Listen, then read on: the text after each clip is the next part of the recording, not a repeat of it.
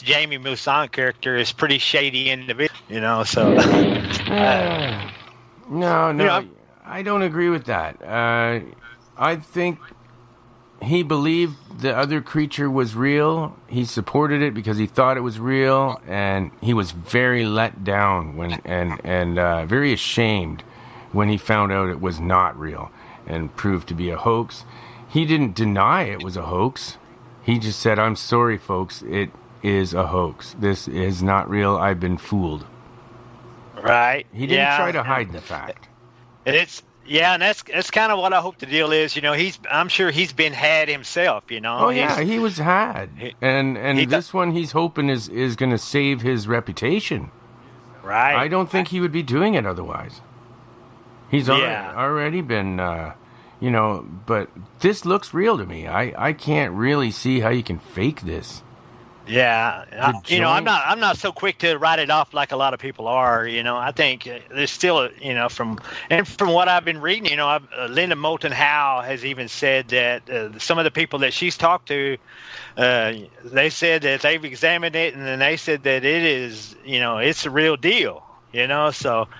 There's some people saying it's fake. There's some respectable people saying it's not fake. So, the jury's still out, I guess. I'm hoping that it's not, and I was shocked to find out, they had the larger creature and then recently they came out with the smaller creatures, and these little guys, man, they look eerily familiar to the guys I had in my house in 2010. And I'm going, wow. Man, that looks just like what I saw that night, And, they've carbon dated these things to like 210 AD, somewhere around there to 400 AD. And, and just to think that this may be the same guys that were in my house in 2010, And it certainly looks, the size is about right. And the build is about right, So, these guys could be the same guys that were in my bedroom in 2010, and it was really freaky when I looked at that and said, "Wow, these could be the same guys," And so anyway, I just got back from the Roswell 2017 UFO Festival down in Roswell, New Mexico, and I was presenting my UFO encounter to some of the top names in the ufology, and all this stuff is coming out, and I got to talk to Travis Walton, Stanton Friedman, Jesse Marcel III, Ron Rieger, Don Schmidt. I met Clifford Mahooty down there, the Zuni tribal teacher and lecturer on the Star People. So, and I got to get down there and shake hands and meet some of the most famous people in ufology, and introduce them to my sighting. And the thing was, most of them had never heard of me. I've been in the international news, but there's not been a lot said about me here in the States. So I got down there and got to show my pictures off to some of these people, and they were excited, And I met your buddy Josh Gates down there. I was just going to say, I heard that my buddy Josh Gates is considering giving you a TV show on Travel Channel on his Expedition Unknown. Excited. Yeah, they were excited. That's pretty cool. When I was about my sighting, and they were saying, this is just what we're looking for, And they got my information. They're considering doing an episode on my encounter. So that's a pretty awesome deal. I'm just waiting on the phone call now, and I hope it happens. Can't guarantee it to happen, but those guys are busy, man. Josh Gates is running around. He's got like a 10-member crew that goes with him everywhere he goes. And these guys, you have to understand this Roswell UFO Festival. There are like 4 different stages, and they're scattered across a 3-mile area. There are speakers speaking at different stages at all points during the day. There's a lot of walking and back and forth, and you should have seen these guys by Sunday afternoon. They were I've never seen a bunch of people so give out. Oh man, everybody's got to follow Josh Gates. Everybody follow money. Josh Gates on Twitter and everything. Everyone who knows who Josh Gates is from Expedition Unknown, follow Josh Gates and say, please put Ronnie on your show. We want to hear Ronnie's story on your show. Everybody do it. And it'll happen. Oh, yeah. Please do. That would be awesome. And a person in our chat room, Alicia, shout out to Alicia. She wants to know your links. Maybe your Twitter name and Facebook name. And you don't have a website, do you? No, I have a YouTube channel. Oh, that's right. That's where you want to add on there, and and it's I got to talk to Travis Walton, and we were sitting there talking about all the money in ufology, which is there's no money. If you want to make money, stay the hell out of ufology, because I have a YouTube channel and I have 1,000,002. Oh, you're cutting in and out a little bit. Views. Okay, you're cutting in and out a little bit. Can you mention the name of your YouTube channel one more time, please? On my YouTube channel, my most popular video, man, it's a Ronnie Dawson YouTube channel, and my most popular YouTube video. Damn. Something is man escapes alien abduction with pictures to prove it. They just don't want Ronnie Dawson's YouTube channel. Yeah, and he's got infrared pictures that you took of insectoids and all kinds of crazy stuff on there, folks. It's pretty wild. Yeah, I shared a lot of those pictures right at the first in the chat room on Spreaker. Right there as we started links, go to some of the pictures these are actual pictures I captured on a cell phone I was carrying. And we've enhanced the images as best we could, and they've been researched by debunkers or authentic pictures, and whatever the hell that is a genuine image. And I got to talk to Stanton Friedman and showed him some of my stuff, and these guys are amazed, because one of my alien creatures is 40 feet tall. Oh yeah, this thing is. It towers above the street. This thing could reach into your window and pull you out of your house, And so when everybody sees these little 4-foot gray aliens with big eyes, that is not my guys. My guys are scarier than anything that ever came out of Hollywood, and nobody's been able to debunk these things. And the main thing, and some of the biggest names in ufology have never seen some of this stuff. So I was down there, and Roz was showing them for the first time themselves, and they were just. They they couldn't believe it. I was like, yeah. And well, it's like I said, Is it kind of like the? Is it kind of like the old 50-foot or the 50-foot tall woman from that old that really old science fiction movie? Oh yeah. Well, even 50 stories. Even scarier. Yeah. Yeah, but it's insectoid, and oh yeah. Oh, Ronnie's got you took pictures of what you thought was an alien spacecraft, right? And then you zoomed into it, and then used infrared, and that's how you got this insectoid 40-foot tall creature, right? Am I right? No, that is a video still frame. I caught a video of the left-hand side of this huge mothership after it flew over me. Okay. Yeah. And it took about 3 seconds for this thing to completely pass over my head, and then it shot away, and then it banked, and then it was coming back at me, and I could see for the first time the top side of it, and looking through that video at the still frames, we brightened the image up so you can see it a little better, and what you're seeing is the actual still frames of that video footage. And so it is nothing fake. There's nothing created by software. I've had even the American Skeptic Society ask me if they could review the images, and I turned it over to them. And I filed a FAA report over this craft. And if you ever want to test someone to see if they're telling you the truth about a UFO sighting, ask them if they're willing to file a FAA low craft report, because it's a felony offense to file such a report. And I filed a FAA low craft report regarding this sighting. I did never use the word UFO. I said extremely large craft passed incredibly low to the ground. Can you explain exactly what that means, that FAA report that you say is criminal? I don't understand. It's an FAA report is like when you see an aircraft do something or almost crash or something like that, you can report it.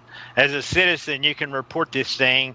And when you file that FAA, the FAA has to report this to, because the pilots are supposed to report these kind of incidents, and if they don't, then they do it. Somebody files a FAA report and no incident was filed on it, they can get in trouble and they can have their license pulled. Oh, I see. So it's not the person. Yeah, it's a felony offense to falsify one of these reports. Any aircraft pilots in the area that didn't report it when other people are reporting it, they can get in trouble.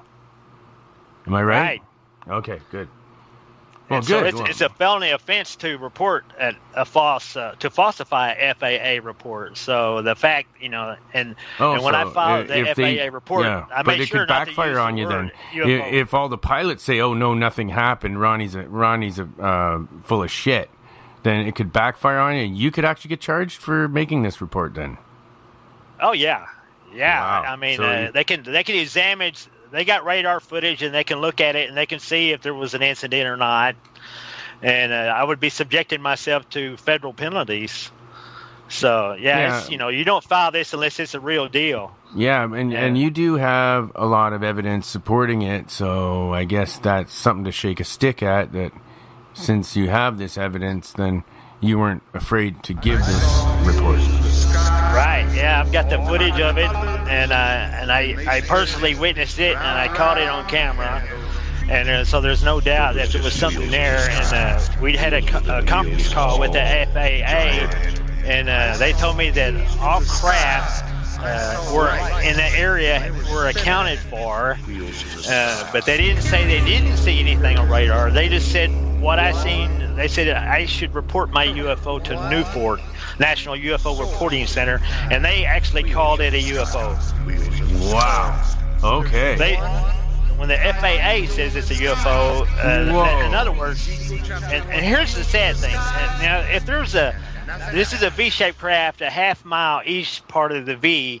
If something this large is in the Texas sky, and they don't know what it is, you think that this is American airspace, and you think somebody would be concerned about that, And it's like, come on now, this is a half-mile craft, each half of the V. It's 1 mile in total length. If this thing would have crashed to the ground, you'd literally need a golf cart to drive around it.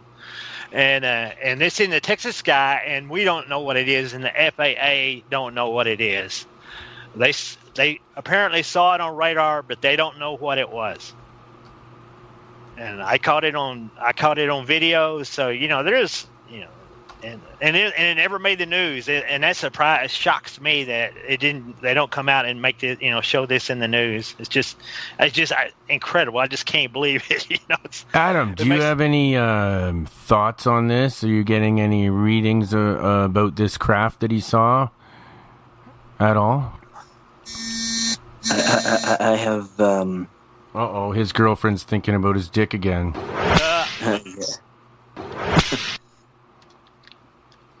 Okay, try to concentrate on something other than her vagina. As of late, I have sensed quite a number of craft coming into the solar system, and so I just meant, like, as you were listening to Ronnie, sometimes you dive into people and pull things out without even trying. I was wondering if you pulled anything from him. Mm-hmm.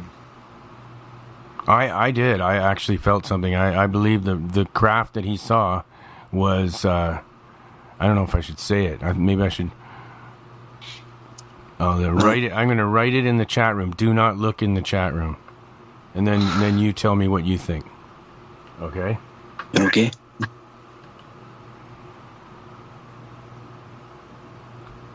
Right.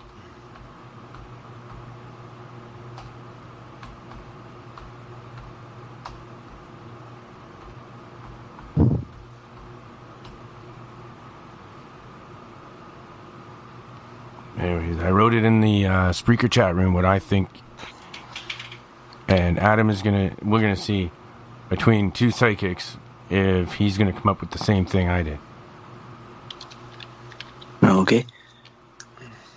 Well, the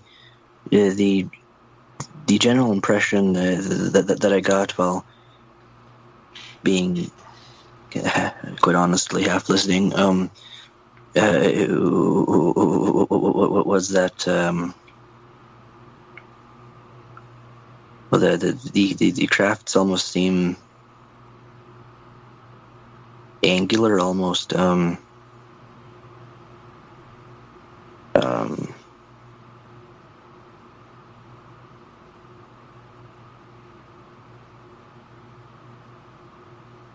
and the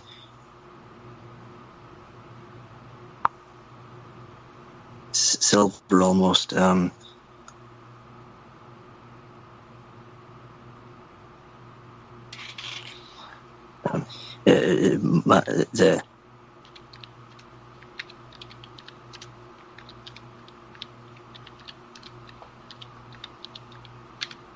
I really need to ground and center. Okay, don't worry. If it's not coming to you easily, then don't try that hard. You're gonna wear yourself out, buddy. I think he's. This has been a tiring day. Yeah, I think he's thinking about something else. Adam, he wants to be a cowboy.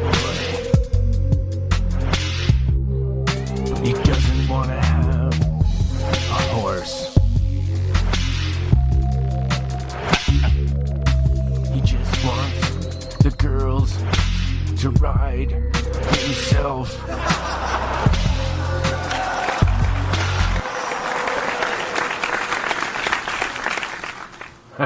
Nothing wrong with it, buddy. Nothing wrong with Nope. it. Hey, whatever, if that makes you happy, you deserve to be happy, man. Yep. And I certainly am. I'm definitely the happiest I've been in a long time. As long as she's not one of these mail order ones. No, she certainly isn't. Where'd you meet her? Did you meet her actually, like, in person or online? Not yet. I'll be meeting her in person. I think next year. Oh no! She lives in the Philippines. Uh-oh. That means you have to send money. And no, she's not like that. Yeah. Yeah, I think you better keep looking. I had a feeling about that. Yeah, I would not be too serious at all. And I'll tell you some experience I had later with one of these people that online, and all of a sudden showed up at my door. Wow. And then I couldn't hardly get rid of her. And wow. Totally just, I didn't think that was going to happen. Like, you wouldn't think in a million years. When she asked for my address, she lives in the Caribbean, like I'm thinking, oh, whatever, All of a sudden she shows up at my door with a suitcase. Yeah, buddy. Not that it was all bad or anything, but it just was, it freaked me out. It freaked everyone in my family out. It was like, whoa.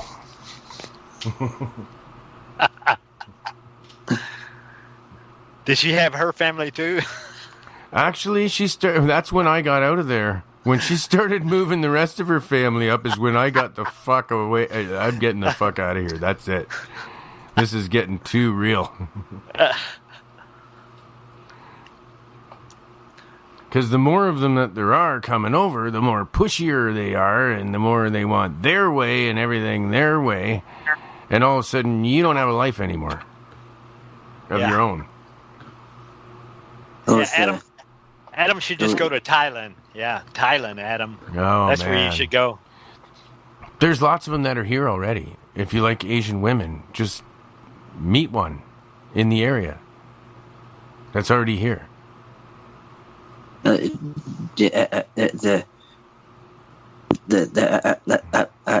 was with a Vietnamese chick for 8 hours today, so I know what you mean. Yeah.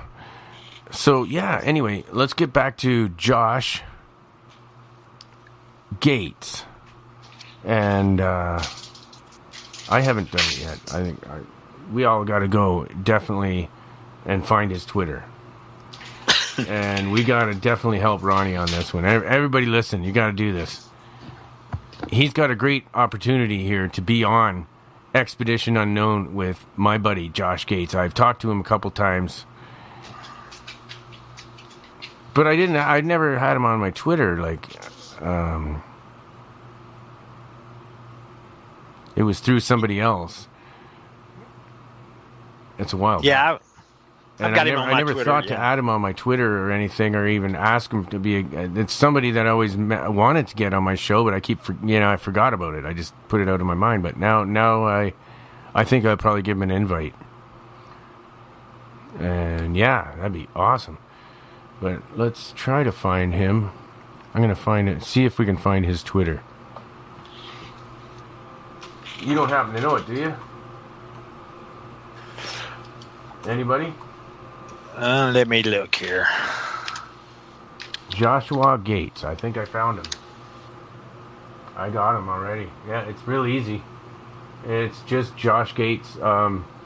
Joshua Gates at Joshua Gates. Yeah, and it's yeah. That's him. I just followed him right now. Nice. Okay, and now I'm gonna tweet to him. I'm gonna ask him. Make sure that you get Ronnie Dawson on your show. Or please get everybody do this. Retweet my tweet. I'm gonna put it out on hashtag 47Talk. I'm gonna put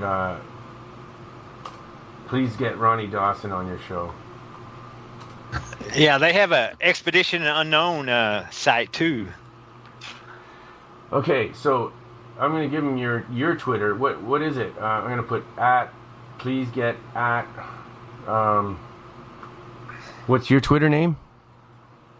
Oh, that's a good question. Okay, it's at Ronnie_Dawson. Ronnie Dawson at Ronnie_Dawson. Yeah, Ronnie Dawson at Ronnie_Dawson. Please get okay on your show. All right, we did it. Later on, Ronnie's got to get up early, so I have a second guest coming in. Guess who it's going to be, folks? I think you've seen it from the poster I put up. It's going to be Barry Webster from Res Squatching Team. He's got some new stuff to share with us tonight too, and he's got a big event coming up that he wants to plug, and yeah, so do you, Ronnie. That's this thing. I want to get you on this with Joshua Gates. I really want to get you on this show. So yeah, that'd be awesome. I would love to get something like that. I've never. My story is still pretty unheard of here in the United States. Like I said, I've made international news. I've had the Japanese at my house filming, caught on camera. But here in the United States, nobody knows who I am yet. So it'd be great to get my story out there. And I really want to. I want everybody to know who I am and what my story is. That was the whole point of. I wrote the Ronnie Dawson UFO story just so that something happened to me, the story would still be out there. But like I said, it's a book written by a truck driver. It's I'm not J.K. Rowling, and I don't claim to be. But it's in case something happened. I want the story to still be told. So. Okay, I just put please get Ronnie Dawson on your show. A hashtag for it. I don't know what else to write without sounding like too much. You know what I mean? Right. I'm just gonna leave it at that. Cool. That's awesome, man.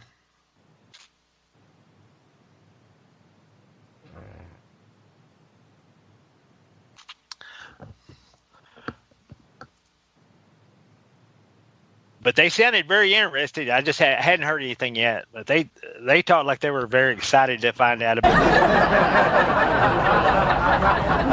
Yeah, it'd be a great deal. Even the locals in my community are hoping something like this goes down. They're all crushing on Josh Gates. Cookies. And did you see anything recently? Any new sightings? I have an annual sighting. These guys come back the last week of February, the first week of March, and this year, my whole family got to see them. My family has never seen anything. It always happens when I'm out in the middle of nowhere. But this year, the funny thing that happened, we had two meteors the night before they showed up, and there was two sonic booms within 10 minutes apart. And the news said the sonic booms were caused by meteors. But, man, I have been watching meteors my whole life. I work outdoors, and I've never heard a sonic boom associated with a meteor. Now, maybe you guys have, but I've never have. I've never heard it. And we had two of them 10 minutes apart. And the next night, my family we went to a birthday party over in Breckenridge, Texas, which is about 30 miles away. And coming back, we seen some lights, and my wife was actually the first one to spotted them. I said, "Look," she said, "look at those weird lights." And I said, "That's it. That's what I see every year. These sequencing lights." And we saw them, and then everybody was excited. And I said, "A Dawson Family Encounters lights," and I put it on my YouTube channel. And the first part of the video, I was filming it through the windshield. You can't see the lights, but you can hear the excitement in everyone's voice. So I wanted to leave it in there. Then later on, we had 3 different cameras, and we filmed the lights for like 40 minutes. And everybody in the family got to watch them for a good long time. And the sky was so clear, you could see no airplanes. We could see planes 30 miles away, but there was no lights anywhere around.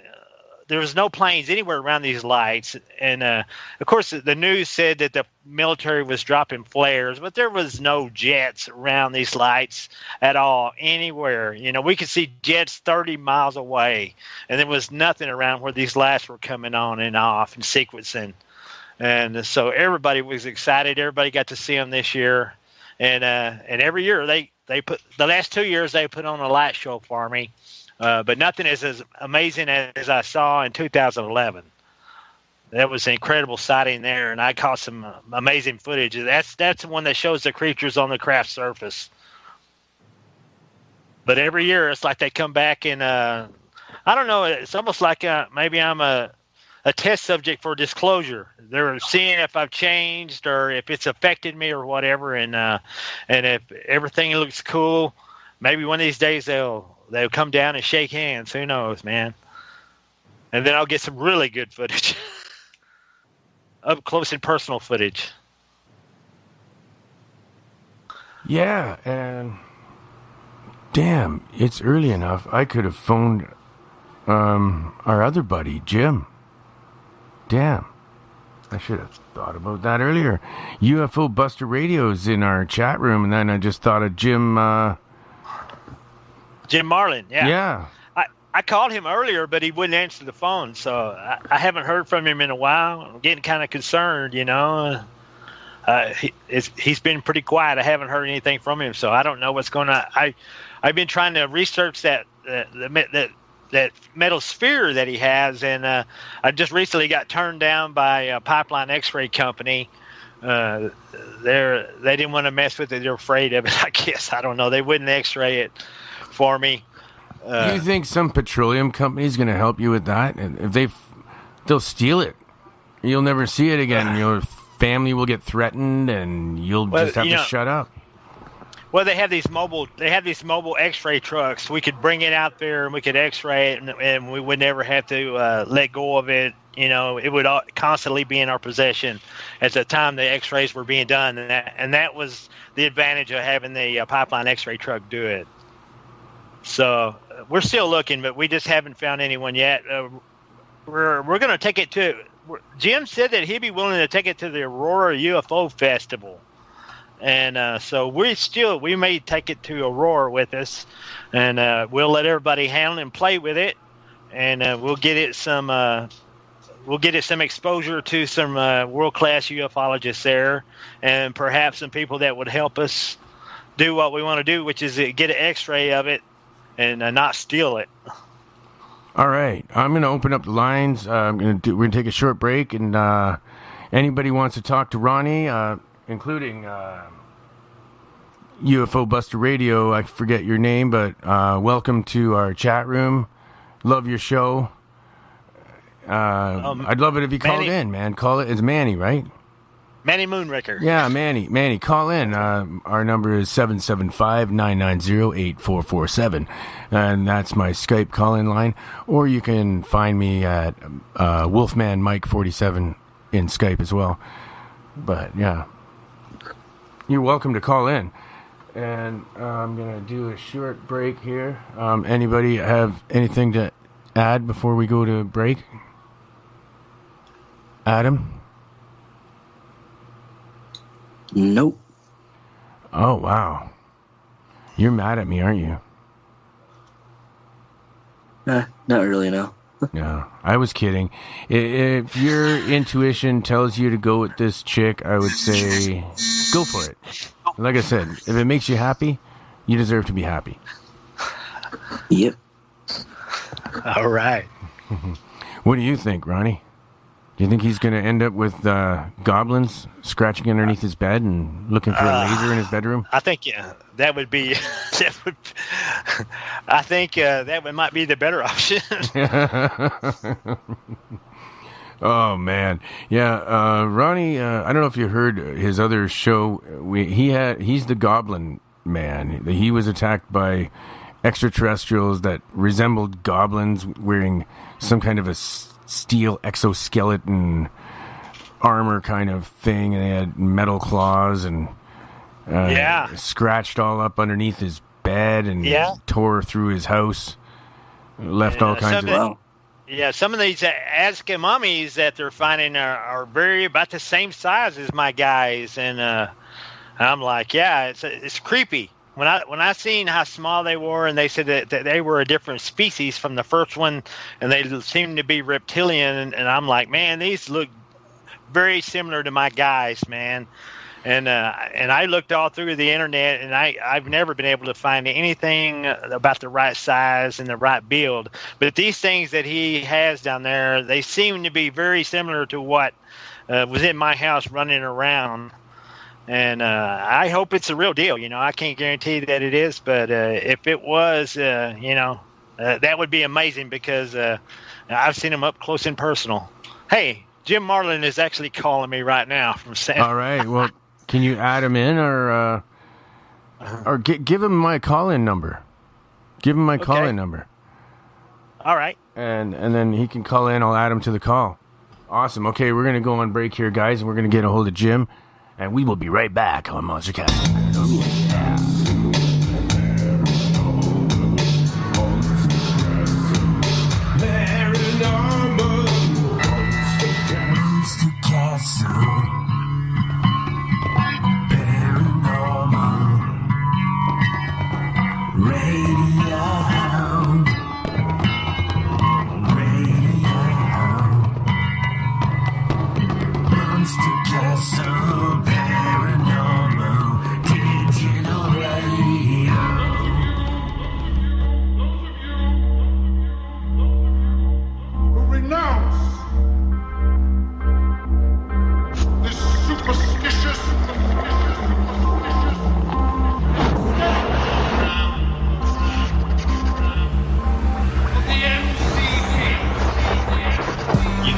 ghosts. He talks about the laboratory. aliens. Where frightful experiments are conducted. Are you kidding me, Wolfman? You literally had ghosts going on a ghost box. A lot of credibility. Lake Monster gobble you up in one fucking bite. I'm calling you out, my friend. You were scared of the girl from Texas. Well, I sure wouldn't be sitting there admiring the rippling glistening fucking muscle of the fucking marsupial. You went scarier than the Sasquatch. Oh my goodness. Who in the world are you? Oh, like angry as blood. Did your neighbors hear you? You must have been the forest for you to yell that loud. The Monster Castle. Paranormal Radio. Witnesses have described it as quite right. Right. Wolfman. Oh my goodness. Oh yeah. I'm only over here and I heard your sweet fucking voice on the phone.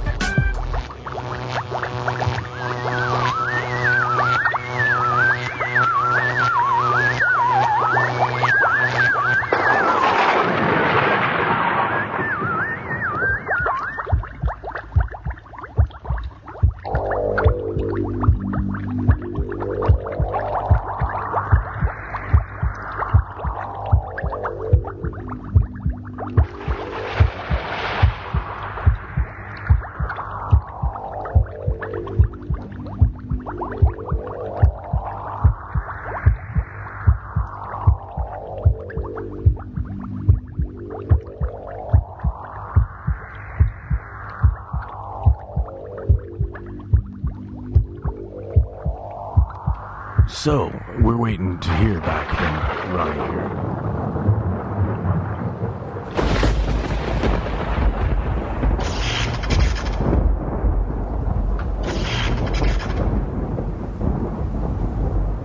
I'm wondering, Alicia.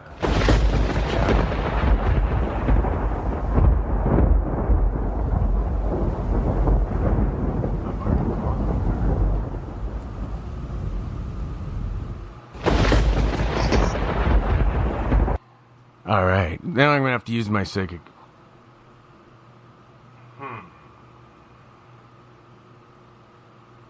Something's telling me that is Eric,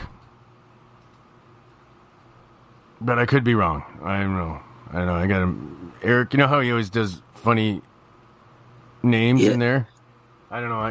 Could be Eric, but if it's because I'm already following Alicia, so. I don't know. Maybe I follow everybody that follows me, so.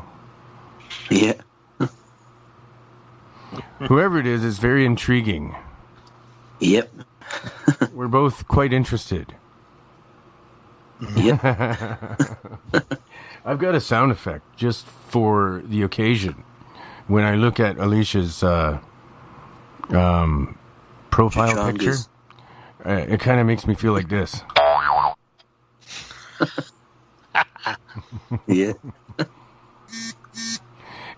Did you talk to him, Ronnie? Yeah, I did, and I gave him the number. He said he was down in the pasture burning trash, and he talked like he would call, so hopefully he will. All right. I'll just keep a really good eye out on that computer then for a call coming in. Yeah. Nice. Thank you. That'd be awesome. Oh, boy. I know you got to go soon. Yeah, your hour is gone by, sir. But you're allowed... you're welcome to stay on. I don't have Barry until 11. Oh, okay. Yeah, I can hang on a little bit longer. I just got to make sure I get to bed here before 10 o'clock so I can get some rest. And since what I do is quite dangerous, and I can not only kill myself but other people. Oh yeah, you should explain to the people like that don't know you what a little bit about what you do. He's an oil field worker. Yeah, He I'm a works with, hazmat driver.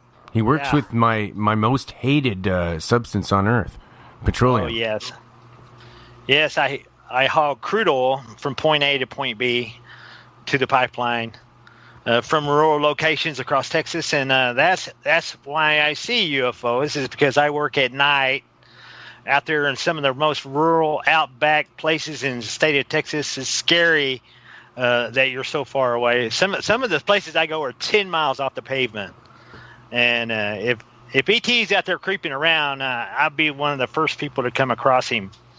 And for about 25 years, I could say that I never did come across him. But in 2010, yeah, we started coming across.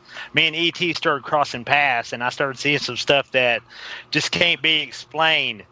I mean, spheres of light moving through the trees and stuff like that. And then later, I seen the craft, and then when we shot the laser at the craft, and then they made an appearance at my home and terrorized the hell out of me, ransacked my house, and they run amok all around my house, and these were the little 18-inch things that, you know, it's almost very similar to the what the mummies, the Nazca mummies that Jamie Masson is finding down there now.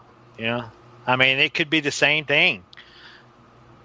You know, they've carbon dated these things to be 400 years AD, but mine were alive in 2010. You know, so. And they look plenty healthy. Yeah, you know, like when you're working in an oil field, you never know what you're going to dig into, right?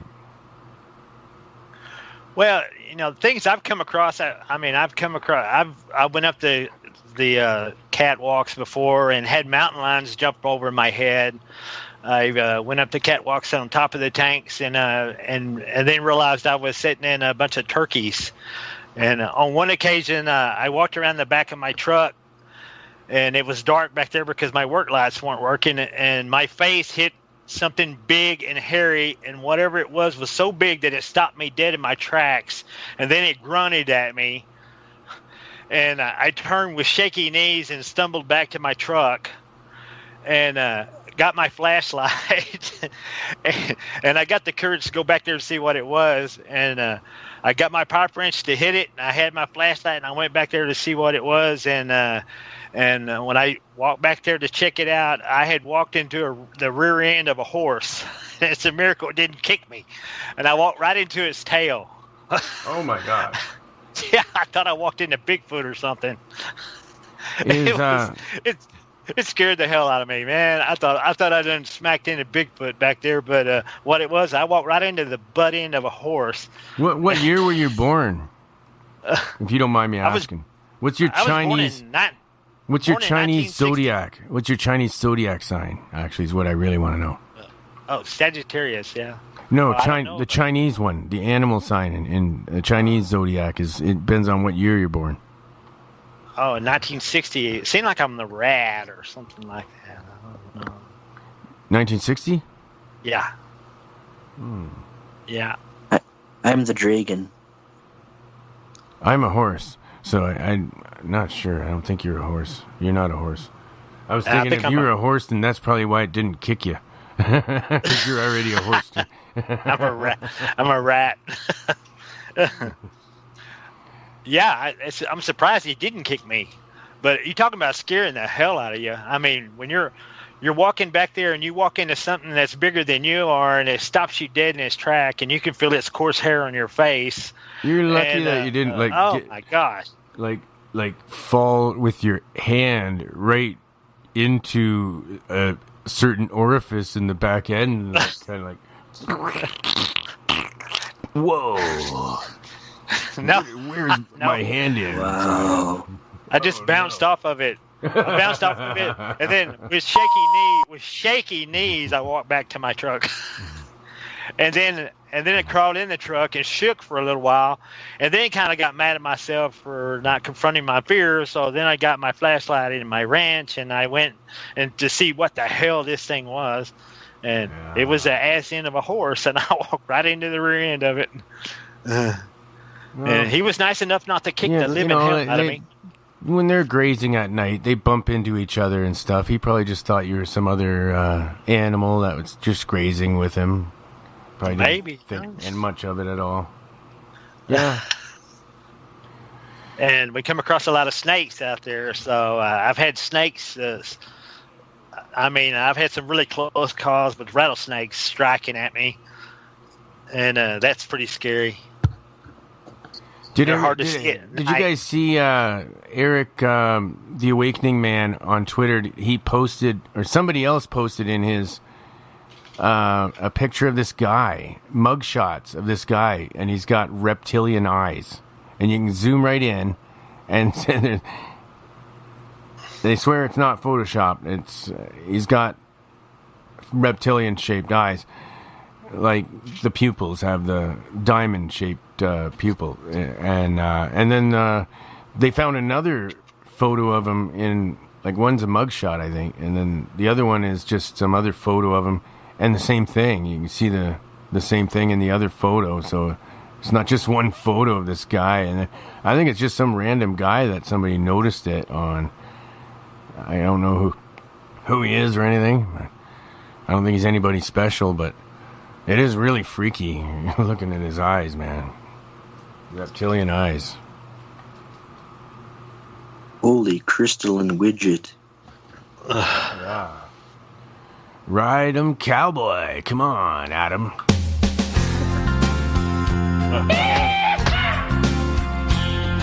Get that girl over here. Where's she coming from? Come on, girl. Come on over here.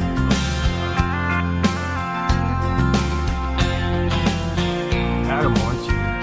Have a ride. Everybody get on board. Have a ride with Adam. Calgary. Oh, yeah. Yeah.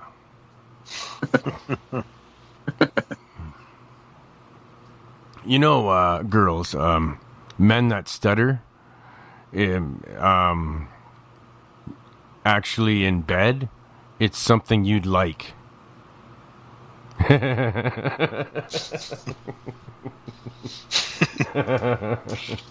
I'll let you use your imagination on that one.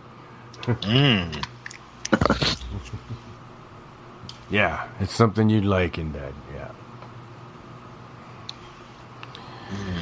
Oh, man, okay. Oh, shit, I hope Ronnie didn't try phoning. I hope Jim didn't try phoning. I wasn't looking, though. No, he did not. Okay. Damn, I wish I had his number offhand here. I do, actually. I can find it. And then just call him. Okay. I have it on. I can give it to you. I have it on my phone too, but maybe it might have changed. So drop it in the Skype chat, and no one else will see it. Okay. Because we don't want to be giving away. Even though he probably wouldn't mind, but not unless we ask his permission. Do I want to do that? Yeah. Yeah. Yeah, I can just dial him easily and, yeah, get this on the road. Dial pad. Uh-oh. Adam, she's thinking about you again. Yes, she is.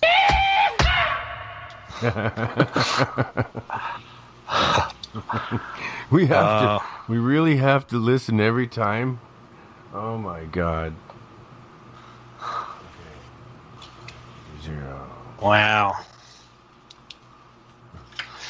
You know how many, I don't even want to tell everyone, like, it's going to scare the other girls away, but Adam has a lot of girls after him.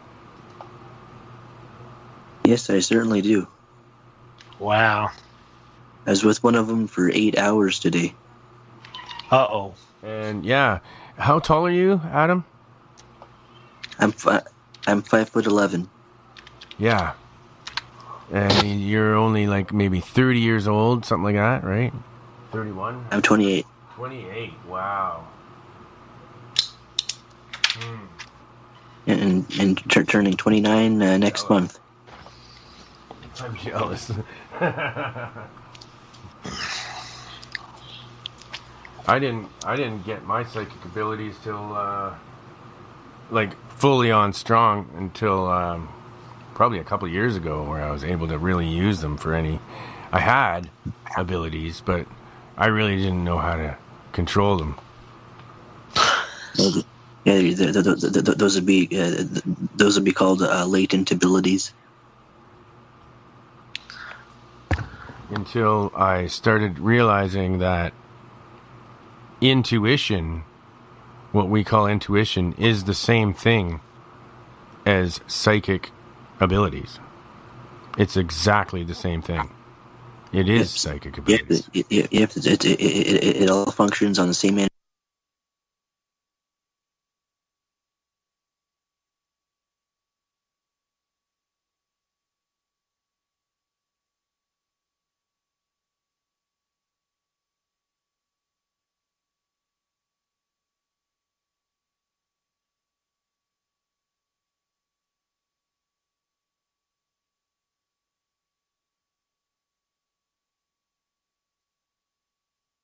Energies, yeah.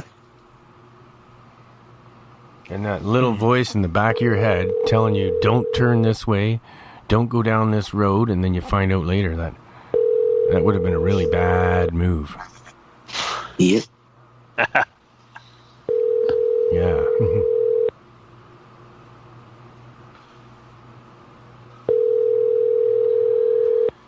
Oh, we're trying this out and see if he answers. Hopefully, this could get really good. Oh, come on. Please, please, please, please, please, please, please, please.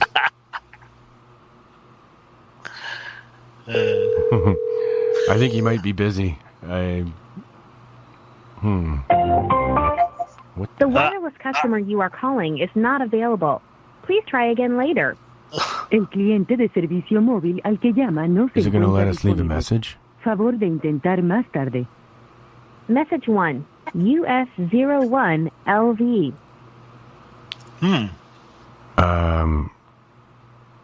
Oh, okay. It's not letting me leave a message. Damn. But I can actually leave him a typed message telling him who it was, okay? Just so he knows that was me. Yeah, this will actually send right to his text message. Yeah. And don't forget to send the steaming pile of crap emoji when they text him. What? I don't have that. Why would I do that? He wouldn't know what that is. Trust me. He would be going, what is that? I don't know what that is. Maybe, yeah. Manny might be right. Jim could be transforming into Bigfoot right now. It is possible. Entirely possible. Yeah, actually, Ronnie has also seen a Bigfoot as well, had an encounter with one. Oh, yeah. Yeah. Hairy nipple. I believe the Bigfoot actually got quite upset and tore a big branch off of a tree and threatened you guys with it, and you thought your guns were not big enough, and I don't remember what happened after that. Oh, yeah. You would have just something to shake his stick at. Yeah. This would have just pissed this thing off. This is a 22. Yeah, 22 is just going to piss this thing off, man. But yeah, he wasn't happy. He wasn't happy we came across him, and I think he was planning on hanging out there a few days, and we kind of interrupted him, and he wasn't excited to see us. And I was, I wishing I would have got a good look at his face, but I know what I was looking at was 4 feet wide and 7 feet high, and I saw his shoulders. I saw his upper arms and his shoulders is what I saw. And I never could get a good look at his head. He was going from one side of the tree to the other looking at me. But I could see that he was big enough that a 22 caliber rifle wasn't big enough to do anything with him, but other than piss him off. And so I started backing out of there, and I was afraid that this thing was going to give chase. And then I kept hearing the brush thrash next to me over there, and it kept scaring the hell out of me. And I was backing out of there, and then I saw what it was making the thrashing noise. He was throwing rocks, and I mean big rocks at me. If he'd have hit you with one of these, it would have probably killed you. And at that point, I just turned and ran. And I went for a long time and didn't tell anybody about that. It's like nobody's gonna believe you. Nobody's gonna believe that. And but my buddy, he headed out there before I did, and I was afraid he was gonna leave me down there with this pissed off thing. So I was in a hurry to get to the pickup before he took off, because I knew he was scared, but I didn't know how scared he was. I didn't know if he was scared enough to leave me out in the wilderness with this thing, and I sure didn't want to be left out here with it. That would have been creepy, trying to walk out of that canyon with a Bigfoot on my trail. I for one believe you. I've never seen one myself, but. And by the way, shout out to Tiffany, Goddess of Love, in the chat room. Haven't seen her for a while. Right on. Love you, girl. She's also a pretty powerful psychic. Yeah, the Bigfoot that I encountered with my uncle in British Columbia. We were tracking one. We had footprints. He had a big gun. He had a big shotgun, double barrel. And he put like big, huge, not little pellets in there, like the big ones where there's only like 4 or 5 balls in a shell, Oh yeah, buckshot. Bears, like you can take out a bear with this shit that he had in there, Yeah.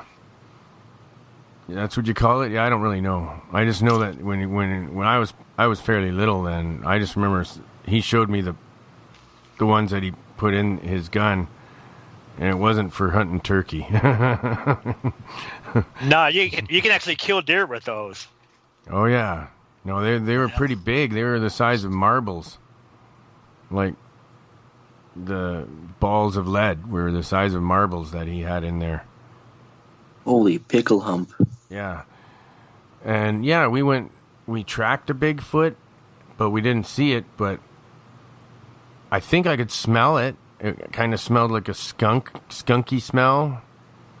Do you remember a smell at all, Ronnie? Not. I don't remember a smell. I don't think I was really close enough to smell it. I mean, I was probably 30 to 40 feet from it, and I could see it easily and see it clearly, and but I couldn't smell it, and it was pretty intense. It was a pretty intense encounter, and yeah, like I said, I really wasn't paying much attention to the smell. I was just trying to figure out what in the hell it is. It could be that big out here besides us, And I mean, we don't have anything around here that big.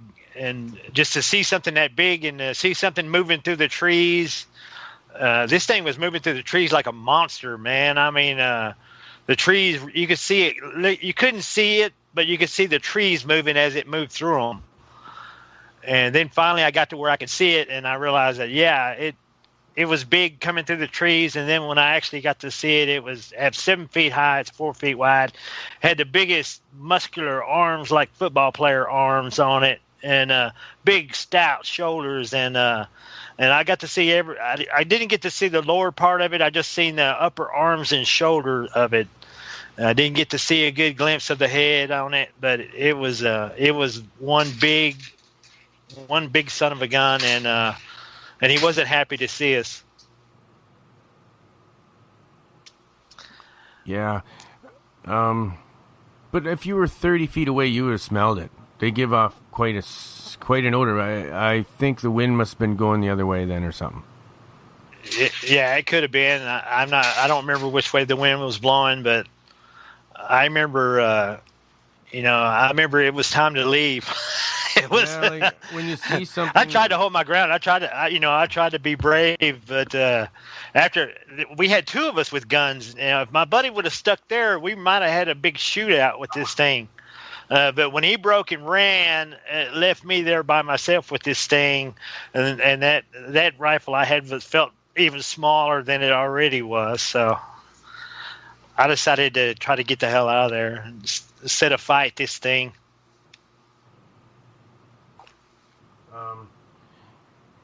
Yeah, they're pretty scary. Like when you see something like that, you everyone says, "Well, this is what I would do if I saw it." But when it actually happens, like you don't even, like you said, you don't remember which way the wind's blowing. You don't remember smelling thing. You don't remember, like all you probably saw was this thing's huge and it can smush me, and I better get out of here. And you're shitting your pants, you're sweating bullets.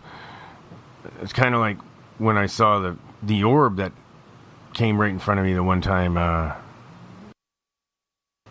The biggest encounter I had was with an energy being, and it manifested right in front of me, and this big huge ball of plasmic energy, hovering in front of me. It was only like 3 feet from me, like, and I think I know what you mean by the fear. Like, I don't think I'd be scared this time, but that freaked me out because I heard about things like that, but I never actually thought it would just manifest right in front of me like that. Well, the old man down there, he told us a story of one of his sons that went down there, and he was deer hunting and coming back from deer hunting, and he heard a sound behind him, and he had a shot in his deer rifle, and he spun around, and this thing was standing right behind him and was reaching for him, and he got a shot off and hit it, and this thing grunted and retreated. And the next day, the farmer went down there and looked at the tracks, and he could see a little bit of blood. And the old rancher said that he saw the strangest tracks that he'd ever seen in his life going across a sandy creek. And he said there was some blood. So whatever it was bleeding, but not real bad. And he said he'd watched the buzzards and find out if anything died over there. That's how they tell if anything's dead. And the buzzards never did circle, so he just figures that whatever he hit it good enough to scare it away, but not enough to kill it. And that guy, he never would go deer hunting again. He would not go down in that property after dark. After that encounter, and we just laughed about it. This happened probably 5 years before our encounter, and we just kind of laughed about it. We thought, yeah, he was probably drunk or something, and we didn't think anything about it until we encountered the thing ourselves. And we just wasn't expecting that. I figured the most dangerous thing down there was us with us with rifles. I wasn't afraid of anything like that. I run my traps at 4 o'clock in the morning sometimes, in the dark, and after this encounter, I wouldn't go down there until after it got daylight to run the traps. And it was really spooky going back down there. And after we seen this thing, it must have left the area because we started actually catching some animals in our traps. Ronnie, this is Melvin Spacely. Can I ask you, were you trying to trap the goblins? Oh, the goblins don't like it, apparently, when you shoot lasers at the UFOs. So that's a sure way to attract a goblin. Oh, yeah.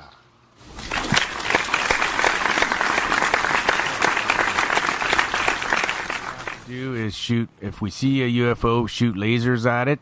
If you want to be attacked by goblins. Yeah, and I think really what it is the goblins are like subservience to something else. I think they're like a recon team. They came into my house to check out the laser because once they got to the area where the laser was being kept, the encounter stopped. So it's like they were here just investigating the laser. And they're good little recon guys. They're incredibly strong and incredibly fast, and why do you think they were scratching underneath your bed just to scare you, to immobilize you, so you wouldn't interfere with them? I don't know. I think the top of the box spring had like a wire, and if it wasn't for that wire, they'd have dug up through the mattress, and who knows, they might have tore my ass plumb to bits, man. I think the wire that was going across the top of the box springs probably saved my ass, because they were definitely trying to get through that box springs up underneath me, and I couldn't do anything to stop them. And they burrowed their way in through the floor. Oh yeah, you could see when I went up underneath the house. I went up underneath the house the next day with a pistol to make sure they wasn't nesting up underneath there. And I had my buddy Alan outside with this phone in case I run into anything. But I couldn't live here in my house in any kind of peace, wondering if they're still up underneath there. So I had no choice but to go up underneath there and check it out. As scared as I was, I made myself go up under there and check it out. And I could see where they had scratched the hole in the bottom of the thing. And there were scratch marks, and not shark claws like tiger claws, but strong enough that they could do some damage to some wood, kind of like strong, dull claw marks, but not sharp like tiger claw marks. I thought you said they had some kind of metal claws on their hands and some kind of armor. I yeah, kind of like grizzly claws, like you'd see grizzly claw marks on a tree, but not like tiger, not razor sharp claw marks. Yeah. Like they may have had claws, but not like tiger sharp claws. I hear you. But still very strong, like you could still gouge, punch. And did they have 3 fingers? I never did get a good look at their hands. I saw the claw marks, and it looked, from the way the claw marks looked, it looked like they may have had 3 fingers with claws on them. And the underneath of the house had some really good claw marks, and I was hoping to go up underneath there and take some pictures of it. But I have to realize that it's kind of scary going up underneath there. Even to this day, man, it's hard to get myself to go up underneath there. And I was wanting to get up underneath there and try to get some physical evidence and take some pictures and stuff like that of the claw marks that made the hole. And but I had a water line bust in that bathroom, and it flooded that bathroom, and the whole floor rotted out over there. And so it ruined my chance to get some good evidence of the claw marks. And I've got to replace that floor now and there. And did you take good pictures of all this evidence at all? I went in there. Yeah, I went in there. I went underneath the house looking for live aliens, man. I mean, I really wasn't concerned with gathering any kind of evidence, and that would have been the perfect time to try to get some evidence. But like I said, people could just say that's anything could have clawed that. It's not going to prove anything to anyone unless they believe you in the first place. But I was actually underneath there looking for live aliens. So I wasn't real concerned with evidence at that time. I was worried about getting attacked.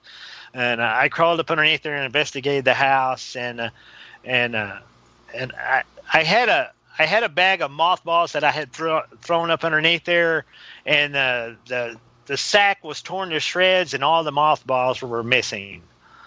And I had just thrown them up underneath there not very long ago, and that's one of the only things that was really missing from the house was my big sack of mothballs that I had thrown up underneath the house.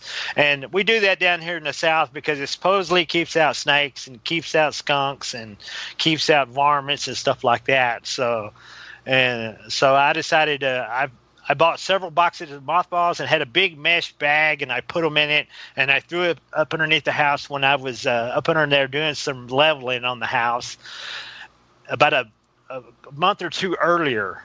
And all the mothballs were gone, and the sack was ripped to pieces.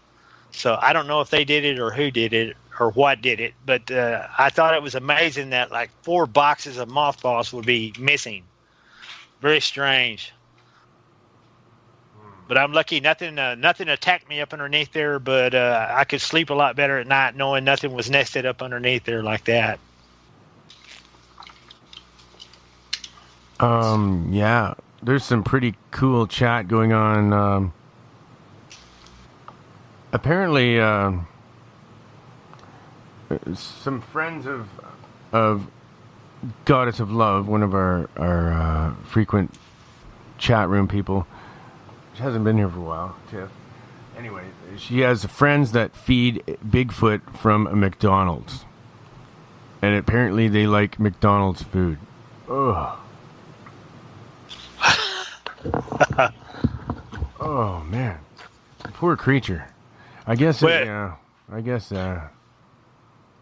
had some other encounters in this area, but this was back in the middle 70s, and I have a hard time believing that there'd be any around here anymore, because we have just deer hunting has just went crazy down here. There are whole camps of people down there. There are cameras everywhere, and the backcountry now it's just not the same as it used to be. There are houses back there. There are just cities of hunters back there, and it is not the same as it used to be. And I just can't imagine any Bigfoot being around here anymore. But back then, it was very.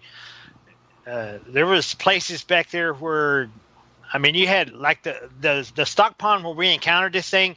The roads were so washed out, you actually had to walk to it. You couldn't drive to it. And we walked up there hunting bullfrogs was the reason that we were up there.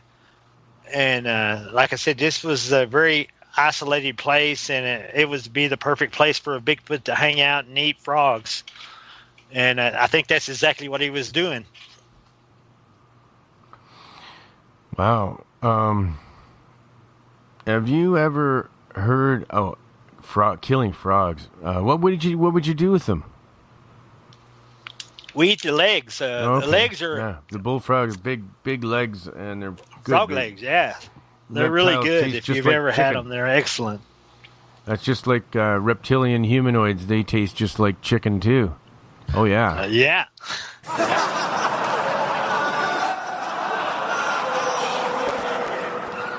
Yeah. Me and a caveman friend of mine used to go hunting reptilian humanoids. We'd have a campfire in the woods, and you know what? When you eat reptilian humanoids, nobody knows they went missing. Nobody goes and looks for them. At least no policemen or anyone like that. Just maybe other reptilian humanoids. Yeah. But, you just have one guy confronts them. The other guy has to use, like your ability, like a ninja, to hide and don't give, and state of no thought, mushin, so no one can read your mind. Oh yeah. And we got some new breed of snake down here in Texas right now. Yeah, once you get up behind them though, it's real easy, eh? You just, the other guy just sneaks up behind and that's it. You got another reptilian humanoid dinner. Yeah. Have you ever heard of the sandpacker snakes? Yeah. Or a new snake that we have down here in Texas, and they travel in pairs, and what happens is they travel in pairs and they're really sneaky and dangerous. And the first one trips you, and the second one packs your ass full of sand. Yeah, just so everybody knows, we are on a little bit early tonight, but like Ronnie's got to go to work early, so I've started the show early, and I'll just keep going for a while. I can't get Barry on till 11, so that's in a half hour anyway. But yeah, that's why we started early. But I'll probably keep this going for a while, guys. It'll be a long show tonight. If not, I might do a double. I know Ronnie's got to go soon. Yeah, you call Jim Marlin again here in a little bit. He's a late night. He stays up late, I think. So I'll try him again. It won't hurt. I'll just try him again right now. Yeah. I don't think he'd get upset. Worst thing, actually he likes when I phone him. He told me that. Because if he's not answering, he said, definitely call me back. Keep calling. Because weird things happen to this gentleman. he gets abducted weekly. And when you can't get an answer, it's usually because he's being abducted. That's what he told me. otherwise his phone is right beside him the whole time. So if he's not answering, he told me straight out, it's weird. If I'm not answering, it's weird. Especially he just called you. Yeah. And now he's not answering. He was. And this is exactly what happened last time. Yeah, he was down in the pasture, so... Oh, okay, well, that's different. If he's down in the pasture, then, well, that doesn't mean he can't get abducted. But it usually happens in his bed, though, as soon as he lays down.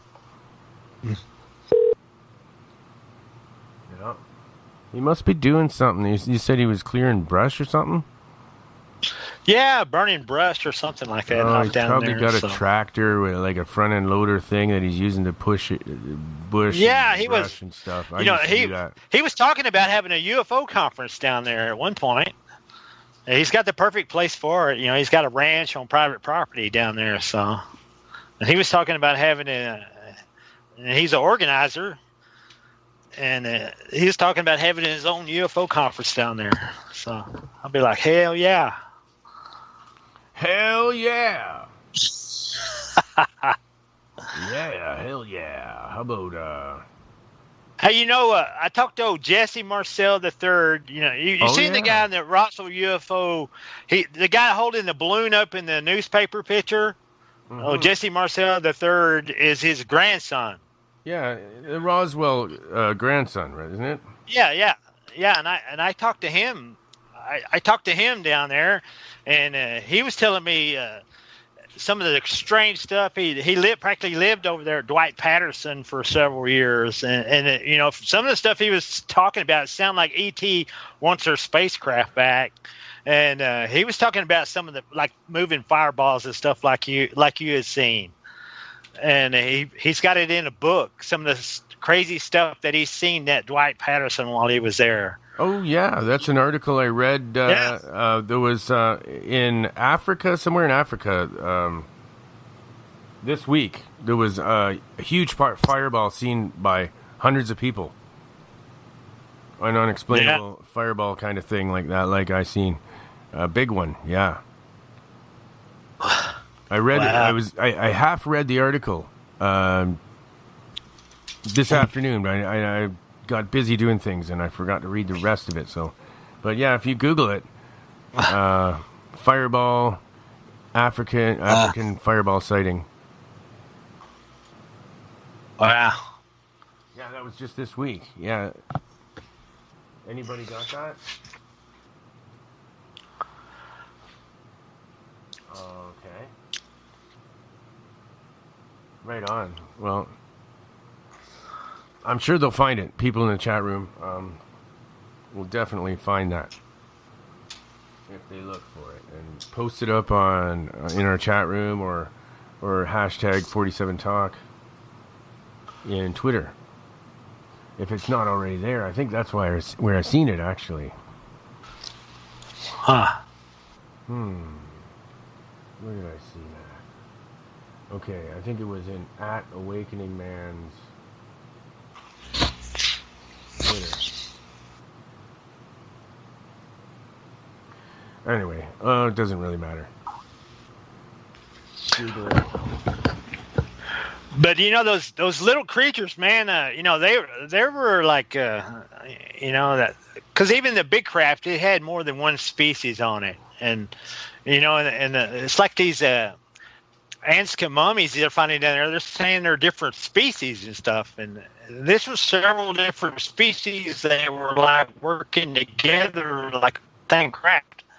I seen one that looked like a dragon-looking thing, and then another one is like, man, I don't know. It's like a big blob-looking creature with arms sitting on the deal. Then another one is like, it looked kind of like a T-Rex, but except it has long arms that come out of its back. And then when we did the X-ray, I did the X-ray enhancement of the image, and it has like an insectoid grasshopper-like mouth. So, man, there's some weird stuff on those pictures. I posted a link to those pictures right here at the very first of the chat on the Spreaker. It's like right after when the show started, I posted a link to some of those pictures. Yeah. And everybody check those out. They're pretty wild. So it's kind of odd how you got more than one species. It's almost like a federation of, another planet or another galaxy or something like that, you know. And they got different people working together, you know. And that big craft that flew over me, you know, that thing had like some kind of refinery process going on. I know they had a big row of flares. You know, I wish every person on the planet could have been there and seen this thing fly in. I mean, the color of the sky changed, and then it looked like a spear tip coming out of this thing. And this thing, it started coming out. You could see it. It looked like a solid rock. At first, I thought it was a meteor, and I thought, man, we're fixing to get a meteor impact. It's going to be a huge one. It's probably going to take my ass out.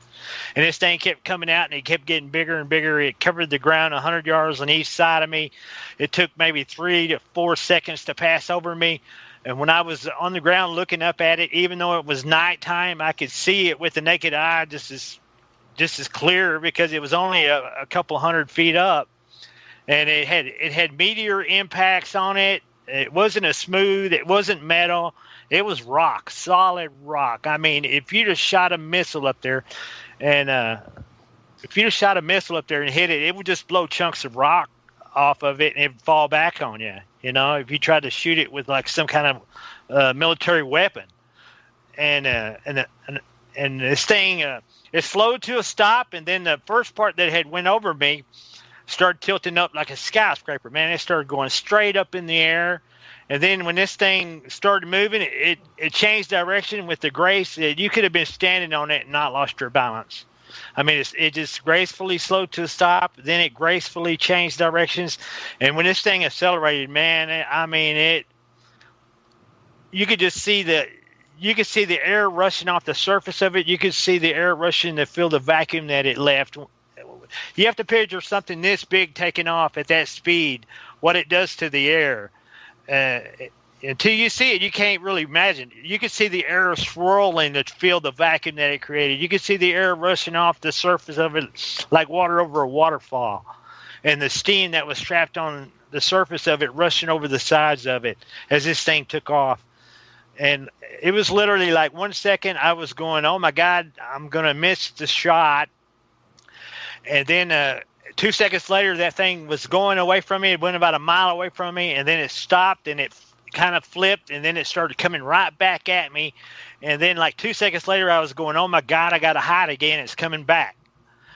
And, I mean, this thing was moving like you just can't picture anything moving like this. And when it turned and was coming back at me, I could see the surface of it. I could see structures on the surface of it. I could see a tall tower, and it had these glowing blue fluorescent power lines that stretched across the surface through the city of it. And okay, I mean, neon so you're blue. Still talking about this V-shaped craft? They were beautiful, man. Beautiful power lines were coming off this huge tower, and they were strung through the city. Can you stop for a sec? Is this the V-shaped craft that you talked about before that you got the pictures of that with the creatures on it? Yeah, this is the same craft. Yeah. Okay. All right. I just wanted to know, just so everybody knows what I was not sure if you were talking about a different sighting or that one that you have the pictures of. Yeah, this is the big one. This is the one that yielded the images of the creatures that are towering above the surface on it. I mean, they're tall as a telephone pole. And I had seen them when I was reviewing the footage and the still frame images and trying to enhance them a little bit by brightening the still frames and stuff. And in 2014, first we had 7 still frame images to work with, and it's a new software in 2014 we went from 7 still frames to 24. And when we went to 24, I found that perpetual needle in the haystack when the camera's autofocus lens was where it needed to be. The light was just right so that I could get a decent look, a better look than we had seen before of what's on this thing. I know what's on this thing isn't man-made. It came from somewhere else, and it's definitely, you could tell by looking at this thing that, humans have these 5 fingers, monkey hands. You know, we're creators. We build beautiful things. Whatever built this thing isn't real concerned about architectural beauty. There's none of the structures on the surface of it are architecturally beautiful. They don't really look that high tech. They look like buildings that have been sprayed over with some kind of a coating or something. There's nothing that looks like it was built by human hands on this thing. Now, there is a row of flares, and these are giant jetting flares, and they're burning something. And when the craft first come over me, you could see a distinct smoke coming from a portion of the craft, and that is because of the flares. These giant row of flares were burning something. I don't know. It's like a refining process going on. And it's been speculated they were probably coming in to just catch inert gases. They were catching oxygen and nitrogen and stuff like that was probably the only reason they entered our atmosphere. Some kind of a mining ship or something. Who knows, man? But, I'm just grateful that I got to see it. I'm grateful that I caught some footage of it. And I've been working ever since 2011 trying to get somebody to believe it. And I have turned it over to the American Skeptic Society and everybody that's wanted to debunk it. I've worked with debunkers. I've worked hand in hand with debunkers. And they asked me to post all my original images to Imgur so that they could enlarge them. They increased the pixels to the size of tennis balls, and they said, if you faked the image, you did so with a process that we've never seen. And I said, it's not fake. That's the reason I'm not afraid to show them anything about my sighting at all. Here it is. It is what it is. It is what it looks like. I've got my story, and luckily I've got some pictures to back up my story. And it's just a question of now getting somebody to believe it, because it's just too incredible to believe. You had to have been there. I wish the whole world could have been there with me. I wish I would have had a paramount quality, and at the time, the camera that I had was a Samsung Tundra. It's a military grade flip phone. They didn't have smartphones yet in 2011. This was the best camera on the market at that time. And I had been seeing some stuff, was the reason I had it. So, in 2011, this was about as good as it got. It was one of the first cameras that had video capacity, and it had the military grade so that it could get wet. And I had some problems with taking pictures of these craft because the battery's dead. The batteries die, and I felt like the better shielding on a cell phone would keep the battery from draining, and it did seem like it worked. So I'm still a fan. I still carry a smartphone for whenever I get my chance to record it, because I haven't had luck with the other kind of cameras. I haven't had. The I was going to ask you what you use for capturing and what you would tend to switch to using. I was told a dash cam works really well, so you don't have to focus. It'll self-focus up front and far away at the same time. A dash cam is awesome for capturing images without having to focus. I don't know if that's true or not, but that's what I was told. If that's true, then I'm definitely getting one. I don't think they're very expensive, but I'm not going to use it in a car. I'm just going to keep it on myself. And yeah, I've got a Galaxy 7 that I'm carrying right now, and that's what I caught the images on last March. What are you using? Galaxy 7. Oh, okay. You just use your phone, eh? I find the phone doesn't work very great for me. I never can get the detail I want, or like things are far away. It doesn't. I can't zoom in good. I got a few things actually. I could post. I do have a UFO picture in my phone right now that I took a couple weeks ago. At the UFO festival, I was talking to Ron Rieger. And he was like, yeah, cameras at night right now suck. They just do. They said, take a picture of a car going by at night. Go to, near an airport and take a picture of a plane landing. And you'll see that even the best cameras we got right now still suck at night. It's just, when you're taking a picture of something at night, it's just disappointing. It's not until we get that great daylight picture of a UFO, and the thing is, there's so many UFO sightings right now that it's really like a competition. That's the reason nobody knows. I've had to go out there and find these ufologists and say, hey, let me show you something, because they just haven't heard of me. And if you're not willing to do that, people think, man, I'm going to see something wild and post it on YouTube and it's going to get 1 million hits. Man, it is not like that. The first UFO video I ever posted right now has 3,000 views. 3,000. And I posted it like in 2011. In 2011, it has 3,000 views. So, unless you just really got something amazing and it's in the daylight, you're not going to get the kind of publicity that you think you will. I've had to actually chase people down and and show them my pictures and stuff. But luckily, the ufologists are pretty easy to talk to, and they're willing, and they're excited to look at your stuff, you know. And that's what I found at the UFO conference. People were excited to take a look. And did you meet Travis Walton there too? Yeah, I talked to Travis Walton for probably a solid 5 minutes, you know. What did he think about? I'm sorry. What did he think about your story? Did you guys have anything in common? Oh yeah, you know, he was asking me, he goes, what I hope to accomplish, and I said, look, Travis, I said, I ain't trying to. I said, I know I have a book out there, but I'm just an old truck driver writing a book. I know I'm no J.K. Rowling. I'm never going to get famous or rich on a book. I have a YouTube channel. I have 1,200,000 views, and I said, all in all, I said I make about $12 to $15 a month off my royalties and stuff. And I've got people out there saying I'm doing it for the money. Now, come on, I make $12 a month. How much money do you think that is? I would not waste my time for $12 a month. Especially with having to deal with some of the people that I've dealt with, and I have had some run-in with some trolls, and I don't mean like I'll take a troll, then troll the troll, like you do on your show. You do it. Debbie Daly does it. We love trolls, man. We like troll the trolls. But I've had some trolls that, they go out there and they publish my personal data all across the internet. These guys, they tried to force me to remove my YouTube video in court, in a California court. I've got some really nasty people out there that try to force me to take down my YouTube video, and you have to realize that somebody's financing these guys to do that shit. They're not just doing it for a hobby. I wasn't aware of that. Okay, I got a few things to say quick. You got 10 minutes left. I'm not sure what they're talking about in the chat room. It says, will they, Wolfman? I don't know what... I'm not up on the rest of the conversation, so I'm not sure what you mean.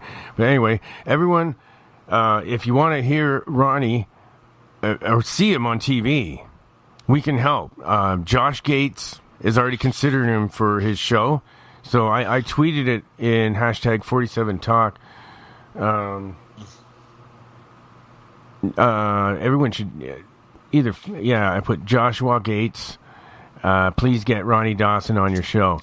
So everybody like that and retweet it. Send it to your friends that might know Ronnie or anyone that you might want to. All of our friends, whoever can support Ronnie, if you want to see him on TV, and I think that'd be awesome. Yeah, man. If everyone could do that, I'd really, really appreciate it. And I'm sure that you'll not be sorry if we get Ronnie on TV. This will be awesome. And I tell you what, people keep waiting for I've got, and even Nigel Watson, he's like a famous ufologist over in the UK. He said that one of my UFO encounter is one of the most interesting in modern times because I actually have an alien recorded on it. I have a UFO with an alien on it.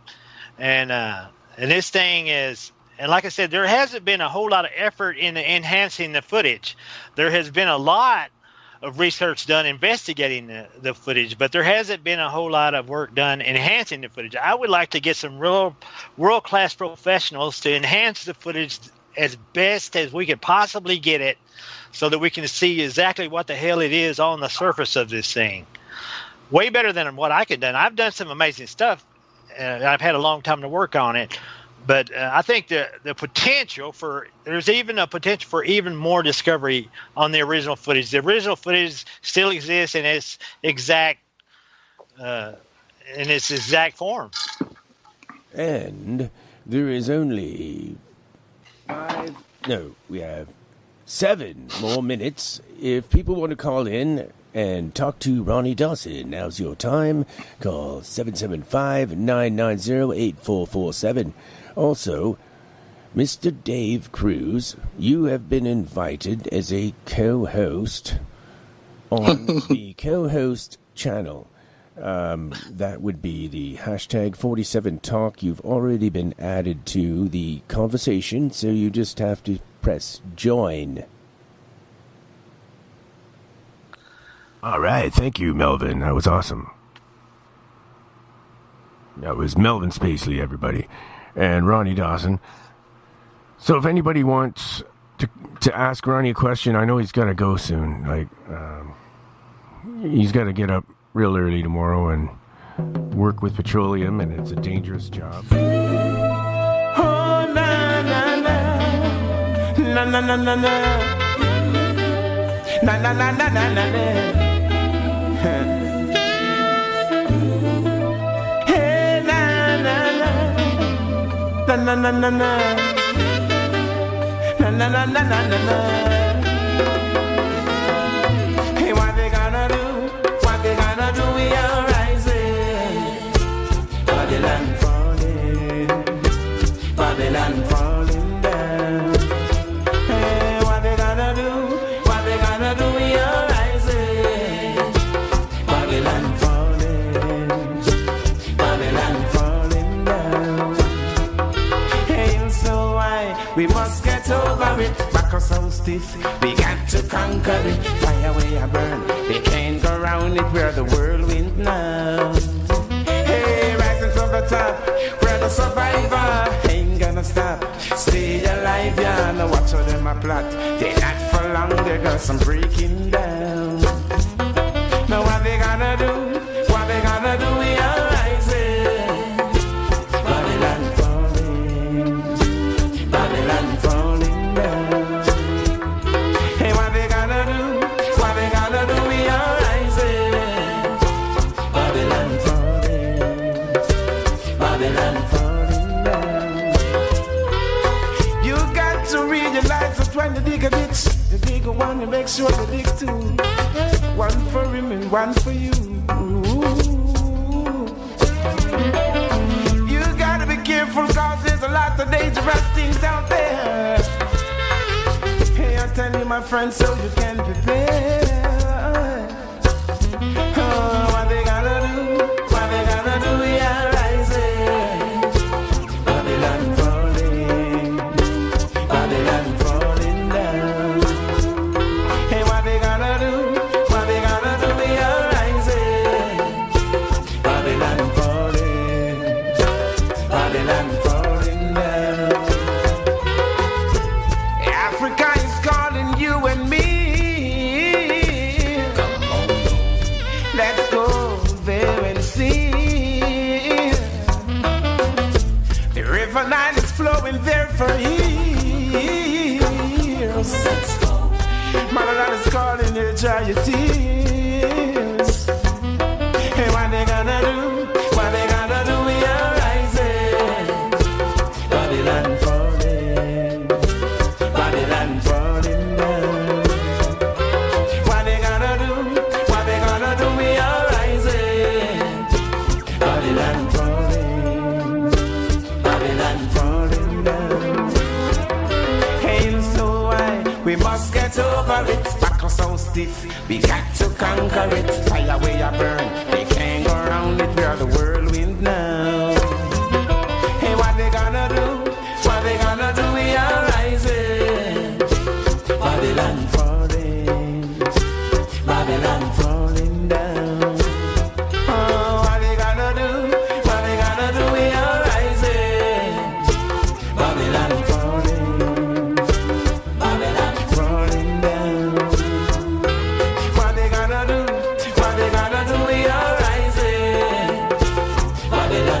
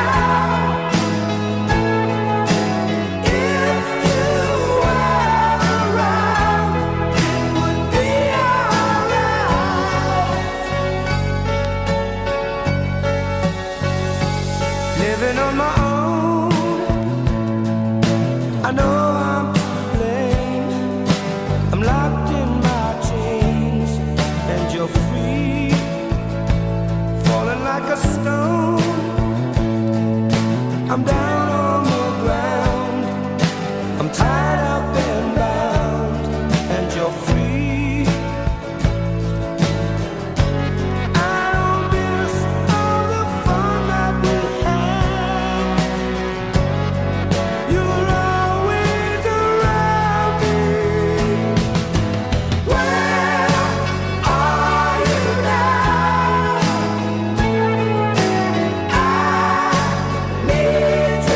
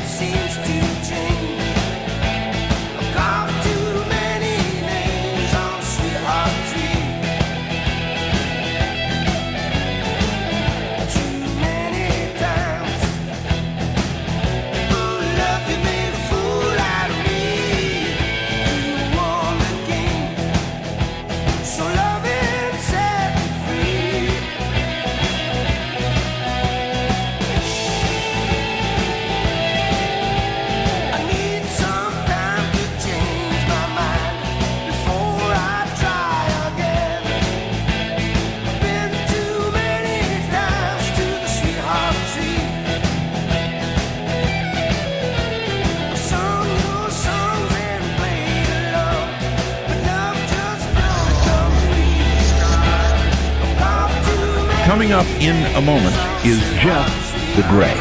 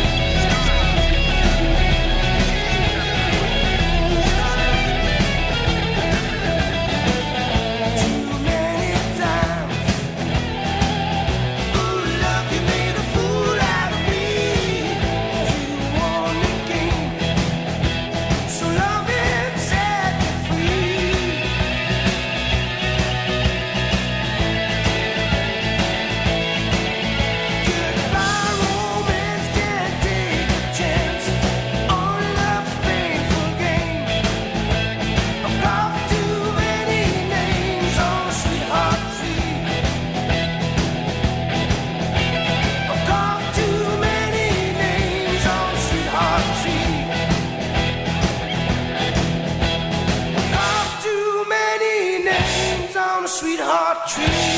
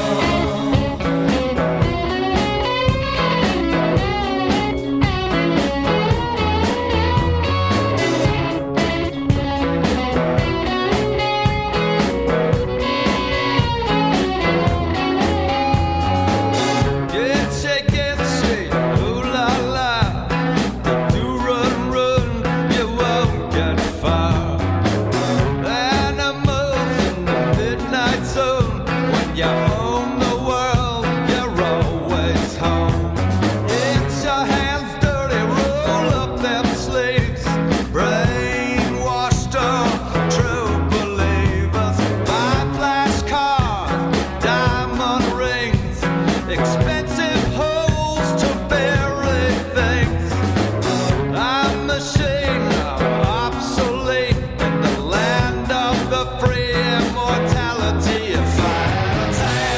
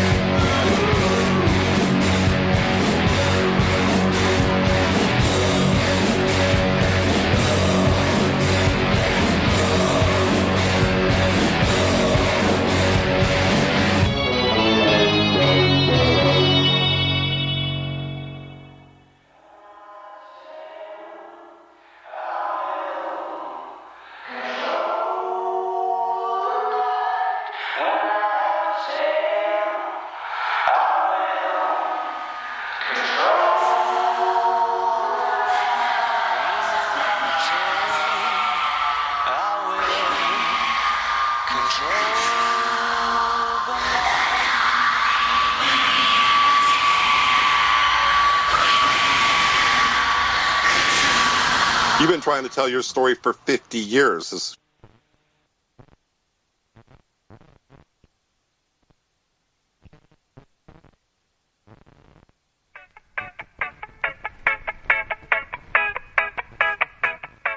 Here I your Jaja. Here I see the views and opinions expressed on this show are not necessarily those of the network or anyone affiliated. There will be mature and possibly immature content. Viewer discretion is strongly advised. As a matter of fact, I probably wouldn't listen at all. It's very poorly produced. Take me to your leader.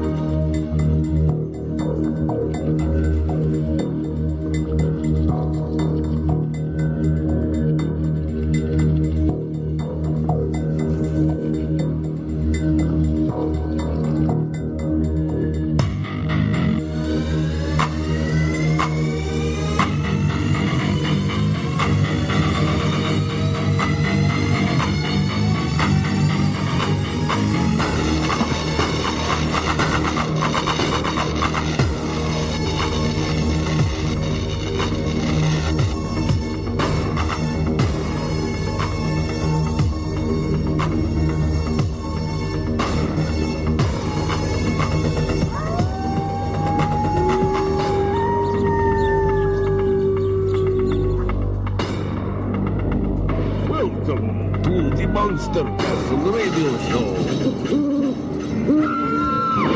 for the extreme paranormal listener.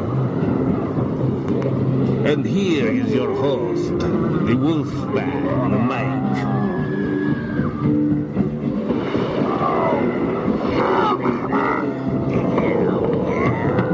This is where the real freaks hang out, alright? Yeah.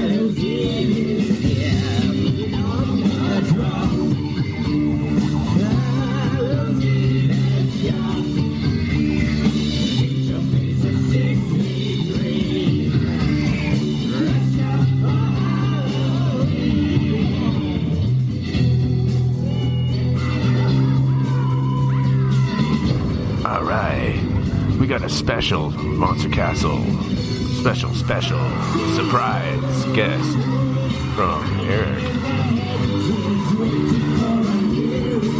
This is gonna be crazy. Anyone listening? Tweet it out to all your friends. This is gonna be quite a shocking show.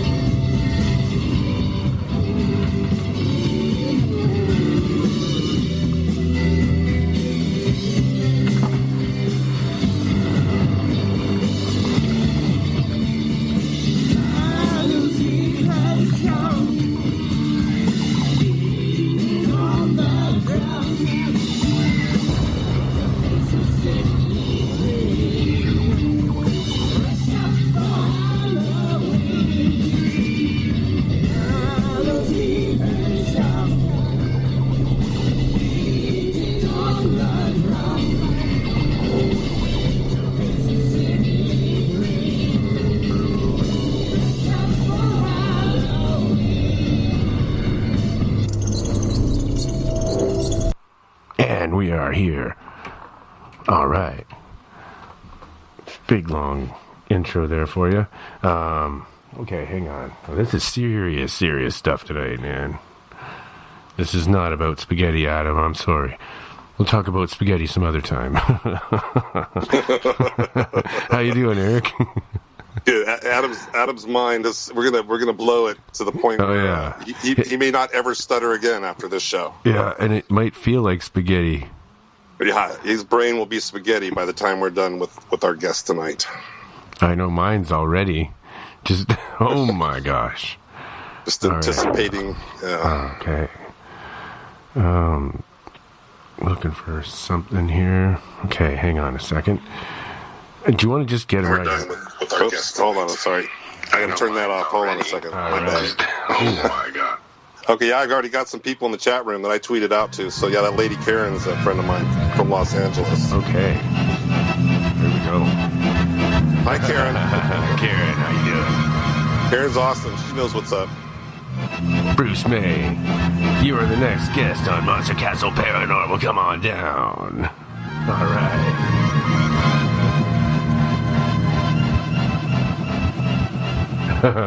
That was my silly interruption. I mean, introduction. Interrupting an introduction. Here you go. Bruce, are you there? Me? Yeah, I'm here. All right. How's it going, man? How are you? Doing okay. Oh, it's a crazy, spontaneous show here. The station makes a lot of sound. I'm sorry about that. It's spooky sounding on my end. Oh, yeah, it's a spooky sounding show. Yeah, we're a spooky show. I'm going to spook you then. Okay, I'm ready. Yes. That's what we are ready for. You're in the right spot. Everybody get ready to be spookified. You want me to tell a little bit about the guest, Wolf? Or do you would you? Maybe you should give a little introduction. Give a little bio. Yeah.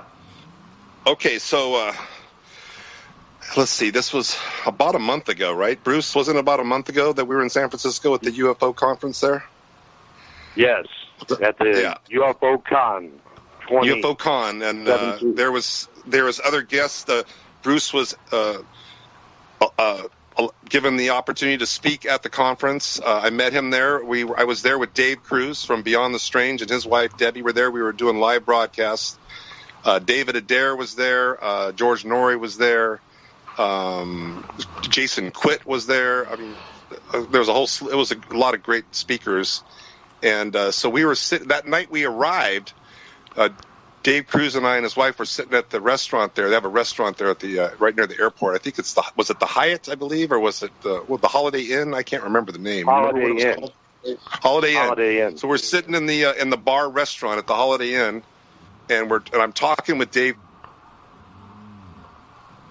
Left of us, sitting in another booth, was Bruce May, and you were sitting by yourself. I remember you sitting over there, and we were just talking, and and then we made a comment. Do you remember what the comment was, Bruce? Because I must have said something, and then you kind of leaned over and said something to me. But do you recall what that was? Because I don't remember. No, you were just discussing the subject of UFOs, and I happened to, be eavesdropping. So I said, do you mind if I sit in on the conversation? Because I have correct. A message of my own I'd like to share with people. Right. And so I invited him over. I think he came over and sat with us, and you told us part of your story, enough to definitely get my interest, because I think it was the next morning, if not the next morning, the morning after that you were scheduled to speak. I think it was 8:30 or 8:45 or some ungodly hour. And in the morning, on a Sunday morning. It was a Sunday morning. Okay. So yeah, you actually were not when we met you that night, it was Friday, I think. You weren't scheduled to speak for a few days. Yeah, but, correct. Yeah, so you basically were hanging around and chit-chatting with people and getting to know people. Yeah, I went to a dinner that was given in honor of George Norrie, and while I was busy meeting the big man himself, somebody put something in my food and tried to poison me. I ended up throwing up all night long, but I still managed to do a halfway decent show the next morning for 2 hours. Oh my God! I think that I did the best show there, and that despite the fact that I was sick as a dog. I agree. It was the best presentation, no doubt. I just got to let me just lead you into the presentation. So here's what's interesting, because when you came down that morning, I was sitting downstairs, and you came down the elevator, and I just happened to be sitting down there. This was after you'd been throwing up all night, and I looked at you and I said, "How you doing, Bruce?" And you looked at me and goes, "You something like you don't want to know." And then you proceeded to tell me that you were poisoned, and I thought, what? How can that possibly be? But the reality is they had a buffet at that dinner. There was chicken and rice and vegetables and everything else, all in a buffet setting. So people were walking around with their plates, all getting food from this. It wasn't like these plates were being brought to you. So the fact that you were poisoned and nobody else got sick, it had to be that way, because if there was food, bad food in the buffet, then everybody would have got sick, or other people would have got sick, but nobody else got sick. So, but the reality is, so Bruce comes into the conference room, setting up for his talk, and there was probably 6 or 7 people already in the room waiting to hear you talk, and you were telling people that you were poisoned and that you were sick, but you were going to do the show anyway. So go ahead and talk about that experience, what it was like for you, and tell us about some of the things that you talked about in your presentation. Well, one thing I want to mention, I've been telling the same information for over a half a century. I'm in my 60s now, and I've been telling the same story to people since I was 7 years of age. But it's only recently that people have begun to take notice of what I was saying, because the kinds of things that I talked about 50 years ago, people couldn't comprehend then. But this generation that exists right now has been so desensitized through movies and television shows and other things that the truth doesn't shock them like it would have 50 years ago. So now when I sit down and I go over all the things that have taken place, they're more able to understand. So the one thing I was going to say, though, is that I have been trying for many, many years to call into Coast to Coast AM with George Norrie and Art Bell, and there's always a block on my phone. And it's been very strange, because I had a phone set up where you only pushed the one button on it, and it would dial Art Bell. And I just would sit night after night after night for years, literally, and I never once got through. But on a couple occasions when I did get through, it was after George Norrie took over, and I was at somebody else's house. Somebody asked me to house sit their dog on a Friday night so that they could go out and go dancing. So I said, sure, I'll watch your dog as long as you let me use your phone. They said, sure, go ahead. So I called in and got through the first time. And unfortunately, though, the lady who was screening everybody, she it's said, driving me nuts. We're not talking to aliens tonight. And she literally hung up on me. And it was strange, too, because I called back, and I got right back through again. So it's very strange that there's other people that call into the show.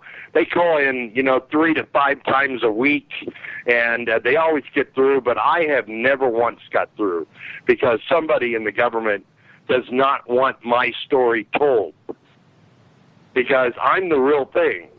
I'm not a wannabe. I'm not a make-believe. I was put here for the purpose of trying to send you a message. And as strange as it's going to sound to you people, I am an actual flesh and blood alien from another planet. I just happen to look like human beings, but I'm not a human being. And the fact of the matter is, there's a long story behind my life. What he was talking about earlier was when I joined the military at the age of 19, that was a long time ago, there was a draft in progress. And my draft number was it was really low. It was like 27 out of 350, which means that I was virtually guaranteed to be drafted. So, you know, if you know you're going to be drafted, the best thing to do is to enlist on your own. That way you can control the kind of things that you do. Besides which, I didn't have any funding for college. I figured I'd do 4 years of service to the United States, and then afterwards I'd have the GI Bill. And as it happens, I'm kind of from a military background. My family is. On my father's side, I've had people here in North America since the early 1700s. And I've had relatives fight and die, literally, in every battle ever fought by the United States at any time, including some that took place before there was a United States. My mother's side was different, however. My mother was a kind of an escapee from Germany.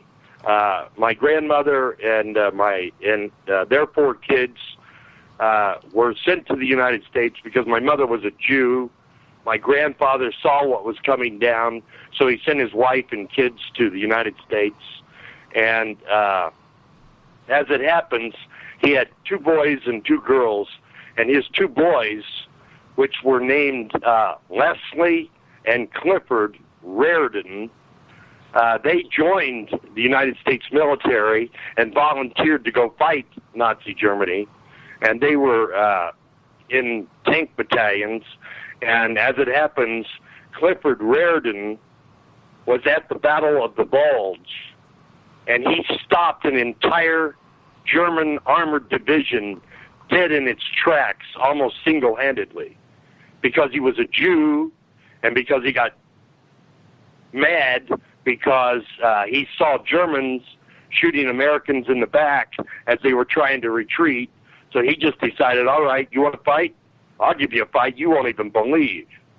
And he massacred them. He literally tore through them like a chainsaw through tissue paper. And they collapsed. And that's no small thing because Germany put all of their reserves into the battle. And when they collapsed, that was the end of the war. Germany collapsed. The thing is, that was World War I, right, Bruce? We're talking about World War I? 2. Oh, well, this is World War II. Okay, I just want to make sure we're on the right timeline. So, my uncle, just for the record, was brought back and was buried in Arlington National Cemetery, and in the solemn ceremony that was attended by thousands of people, he was awarded posthumously the Congressional Medal of Honor. So, see, on both sides, on my father's side or my mother's side, you know, there was this military background. My mother worked in the USO, and that's how she met my father in the first place. And here's the thing, because they had 6 children. They had 3 boys and 3 girls, and after having 6 children, my mother decided that she didn't want to have any more children. She figured 6 was enough. So she had her fallopian tubes surgically removed so that she couldn't have any more kids. But her uterus was still intact. The thing is, 3 years later, my parents had a missing time event where they lost like 3 hours in an afternoon. And it was very strange because when my mother came to, her underwear was missing and she felt wet in her crotch area, and it wasn't from urine. It was like a lubricant of some kind. And they didn't know what to make out of the whole event, except that a couple months later they discovered that my mother was pregnant. And that's where I came from. See, I was completely unexpected. And the thing is that when I was born with pointed ears. And kind of freaked everybody out. Other than that, I looked perfectly normal. You're talking about ears like Spock, right? Yes, I look just like Mr. Spock, except in real life. You know, there wasn't plastic or glued-on ears. The thing is, how many teeth did you have in your mouth? Eric, the guy that I'm talking to here, he saw the flat spots on the backs of my ears. You can still tell. My father, what he did was he took me to a surgeon, and he had my ears cosmetically reconstructed by a plastic surgeon in an effort to try to make me look normal, which I wish he had just left the ears the way they were. I preferred it that way. But where I come from, everybody has pointed ears. You know, there's a story behind that. I'll get to that. But what direction do you want to go from here? Do you want me to... So Wolfman, you got any questions? It's your show, buddy. I just wanted to. Do you have anything you want to ask at this point? Yeah, I'm just kind of wondering if you could have heard better with those bigger ears. Probably would have. It probably changed your hearing when they did that. But you were too young. Oh, dramatically. Right? You must have. Dramatically. How old were you when he did that? No, I was under 6 months of age. Oh, and you remember that? No, I don't remember it. What I remember is my previous existence. I'm a clone of somebody who was killed a long, long time ago. They took cells from my body. Where do you think they got still them? in existence. Where do you think they got the DNA from? It's mine. Okay. It's me. Who did it it's again? Me. Sorry, who did the cloning? Who did the what? The cloning. The cloning. My people. Okay. See, there's a lot of things going on that you people cloned you from. If I say it to you, most of you people don't believe the truth. And it's very strange because if I lied to you, you'd believe that. Well, but you're if I told you the straight out truth, I think you might be talking to the right crowd you want to. So go ahead and tell us. I know I'll probably tend to. I know when someone's lying. I would just go with my gut instinct. I'm not going to go with what. On Mars, right this second, there are billions of people. And the government of the United States is keeping that from the public. I believe that. I was said. Do what? I believe there's probably millions or thousands, but I don't know about billions. But I know there's people. Billions. Wow. There are billions, and I want to clarify a whole bunch of things. You know, if you think that there are secret space missions to Mars, that's nonsense, because there are billions of people that live on Mars, and they probably take it pretty seriously if you landed in their backyard. See, that's the thing. Nobody realizes what's really going on. So that's why there are billions of people on Mars, and they all look European in appearance, and every last one of them, have pointed ears. And they're a race of man known as the Nephilim. That's my preference, the Nephilim. How tall are they? Biblical. How tall are they? No, we're normal. You know, I'm just right at 6 feet in height. Okay.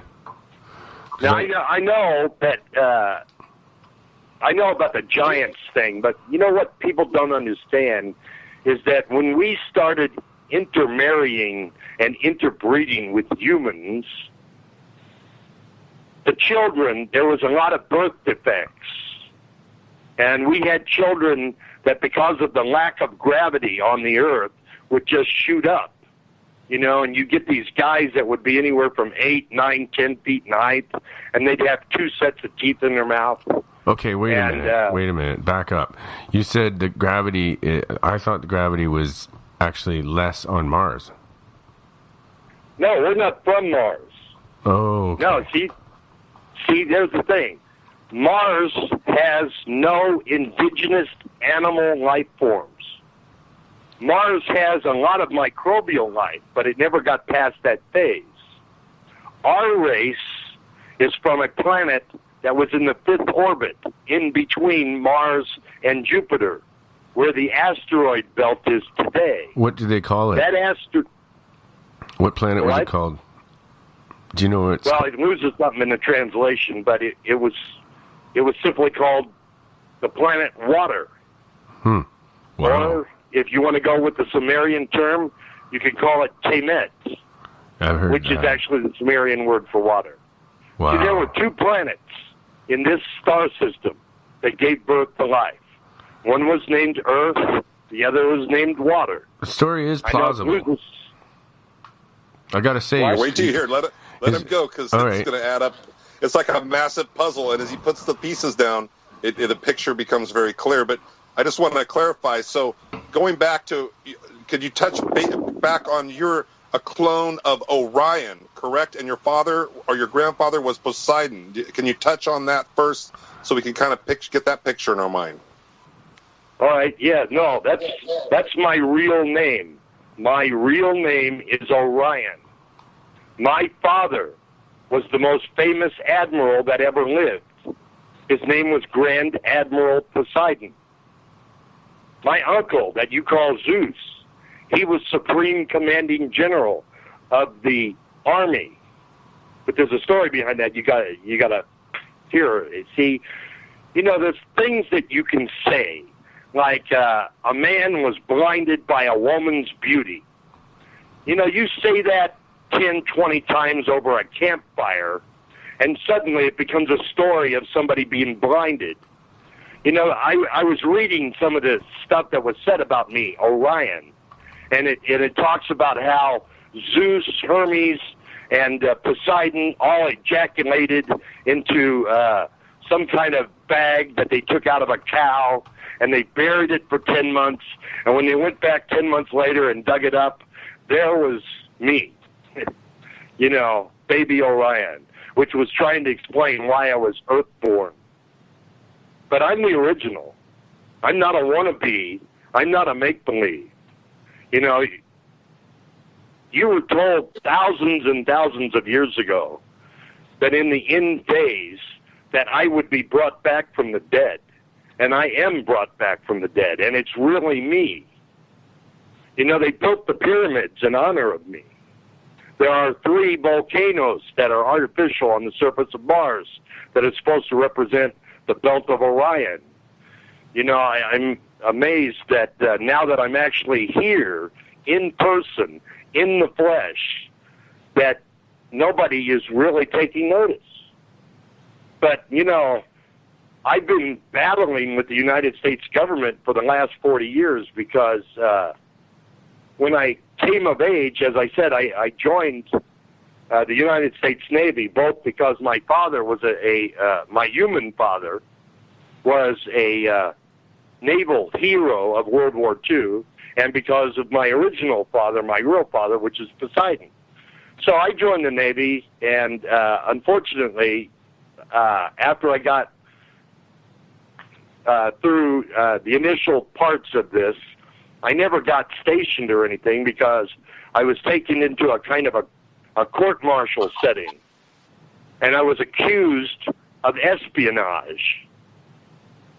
And they wanted to know why I had enlisted in their armed services. And they told me straight out in this court that they knew that I was an alien from another planet. Which I tried to play that off a little bit. I said, well, where did you guys get this idea? And, there was a guy who was speaking for all the generals and admirals that were sitting up there looking at me. And he mentioned those giant skeletons that I was just talking about. And he was talking about the teeth, that a lot of times these teeth, there'd be 2 sets of teeth in these giants' mouth. There'd be a set of 36 on the outside, and on the inside a set of 32. And he said the nearest that they can figure, a man from another planet came and interbred with early humans and created these birth defects that created these giants. And I said, well, that's fascinating, but what's that got to do with me? And he said, well, because you have 36 teeth in your mouth. I said, yeah, so what? He said, well, humans don't have 36. Humans only have 32 teeth. Besides, there's genetic red flags. They were right. I knew who I was. But I'm not a danger to anybody. I'm not here to harm you. I'm here to protect you as much as I can and to try to have a conversation. You know, Grandma Will people have been sitting out in the desert in lawn chairs, you know, hoping to have a conversation with aliens. Well, you know, it's going to take a lot more than sitting in lawn chairs to have a conversation with somebody from another planet. So the thing is that we want to have a conversation with you, too. But there are a number of stumbling blocks coming between us and you, and they thought that the best way to do this was to do what they did, which is they cloned me and brought me back from the dead. So I have the memories of my previous lives, but I'm not reincarnated. That was something I mentioned earlier. I am not reincarnated. I am a clone. Really? And before anybody starts saying that I don't have a soul, yes, I do too. Okay, where did it go in between the stage of dying and then being reincarnated? Where did your soul go then, if you weren't reincarnated? I don't get it. I talked to God. Okay, I'm not trying to get you upset. I just don't understand. God. Okay. I really talked to God. Okay. And God is real. He really exists. But here's the problem. He didn't let me in the last time. Oh, we're coming up break here. We're going to be back in shortly. Everyone needs to take a break here anyway. Wow, that's a lot to absorb, man. It's beautiful. We'll be back shortly. You got to remember, Bruce, that nobody's heard this before, so we got to give them a few minutes to let it sink in.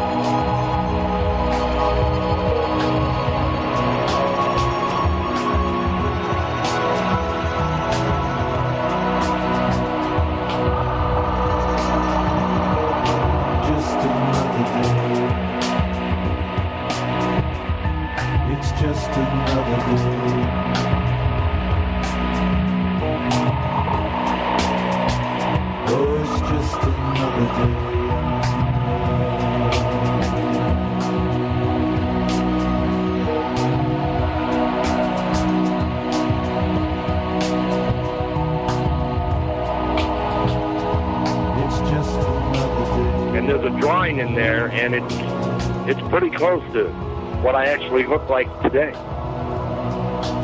Really? I sent Eric a picture of that. I did see the picture. It's the pictures you sent me. You look kind of like what Jesus looked like in a sense. This with your facial features and your hair. And has anyone ever told you that before? Yeah, I look like a Nordic alien, and there's a very good reason for that. I am a Nordic alien. This is the Monster Castle Paranormal Radio Show. We remember I told you there's billions of people on Mars. From all walks of life. Okay, here's what we're going to do, because I think that's confusing people. So when we come back on the air, let me ask you some questions. We're on the air. Let's try to. We're on the air. Okay, cool. Yeah. Okay, so just so you know, I'm watching the chat room, Bruce. We've got a lot of people in there asking questions and chatting and trying to, get the flow of what you're discussing. But it might have been confusing because you mentioned there's millions or billions of people on Mars right now. What race of beings is this that's there now? And so kind of just discuss what's happening on Mars right now in a little more detail if you can.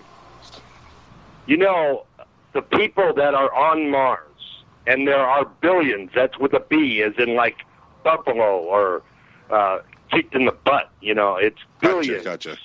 There are billions of people on Mars, and they are only a small percentage of our total population.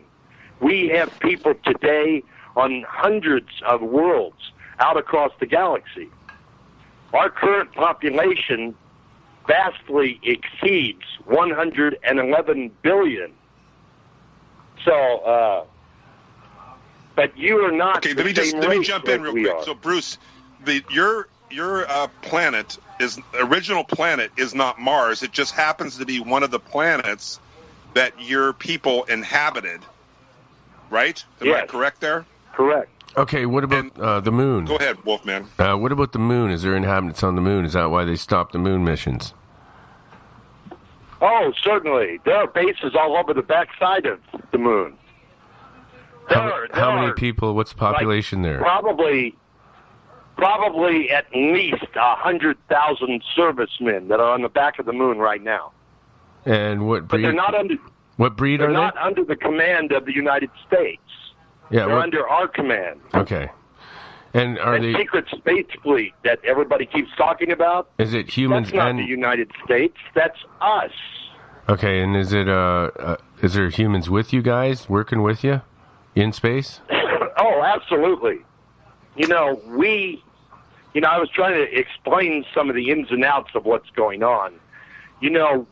We have for decades, many decades actually, been taking somewhere between 35 and 50,000 people a year off of this planet, and that's just out of the United States alone. I don't even know what the numbers are for the rest of the So you country. guys are basically to blame for all these human disappear, like the missing 411, all these people that just vanish? No. Well, who's doing that? We don't hurt anybody. No, but that That's doesn't mean the you're problem. That doesn't mean you're hurting them. That could mean you just took them with you to space and gave them a better job and better life. That's exactly what they do. That's exactly what we do. We turn their brains back on. Humans are only using 10% of their brains. Not all of them. You have suffered a catastrophic genetic side effect of the inbreeding process because you're part ape and part us. We lived here on this planet for over 12,000 years, from about 52,000 years ago to about 40,000 years ago. And we were friends with what was called the Simian Nation. There was a race of people on this planet, and they were apes. Okay, hold on, Bruce. It's Simian, you said, right? Simian Nation. Yes, the Simian Nation. Okay, so what he's going to tell you guys about right now, and you got to visualize the movie Planet of the Apes, but even way more advanced. But there was a race of apes, of very intelligent, loving, caring apes that talk about that and when that was, And then what happened with that? Was it 40,000 or 52,000 or 65, however many millions or thousands of years ago? Talk about that, please. No, it wasn't millions of years ago. It was 53,000 years ago when our planet was destroyed. We lost 49 billion people in one single day. But we had 3.5 billion people that were still alive on the surface of Mars at the time. And in addition to that, we had this repository of all of these vials of blood for tens of billions of people. See, we keep vials of blood from our people so that if we have to identify their remains because there's a war in progress. You're doing the same thing. We can identify somebody through their genetic remains. What ended up happening was that because of the massive loss of life, when we came to the Earth and kind of got settled in here, we started a cloning program and started cloning all these people that were dead. And that's how I was brought back the first time. Okay, and where do the... Okay, can you hear me now? I hear you. Oh, right on. Fuck, we just got to check our levels a little. Hold on.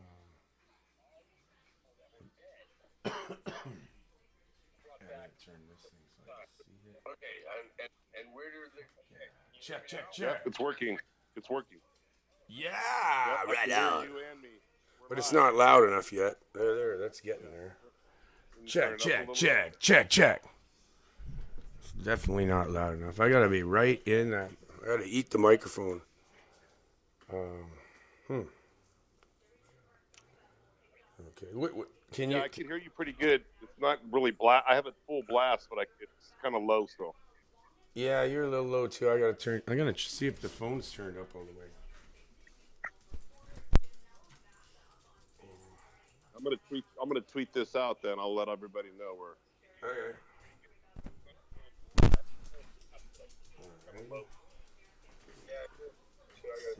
Right, it's all working properly. Fucking for a change, eh?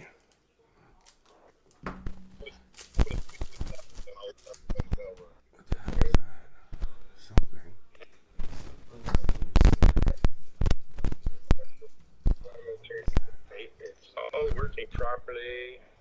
Testing 1, 2, 3. Yeah, that's where it was just. That's better. There was a loose wire. Oh, here's another one. That's not here.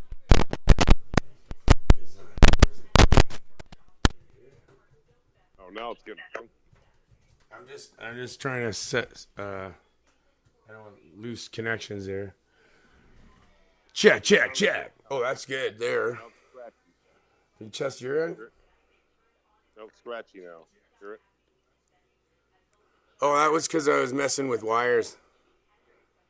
Okay, now it's good. There was a couple loose wires, but I'm still not sure about your level. Check.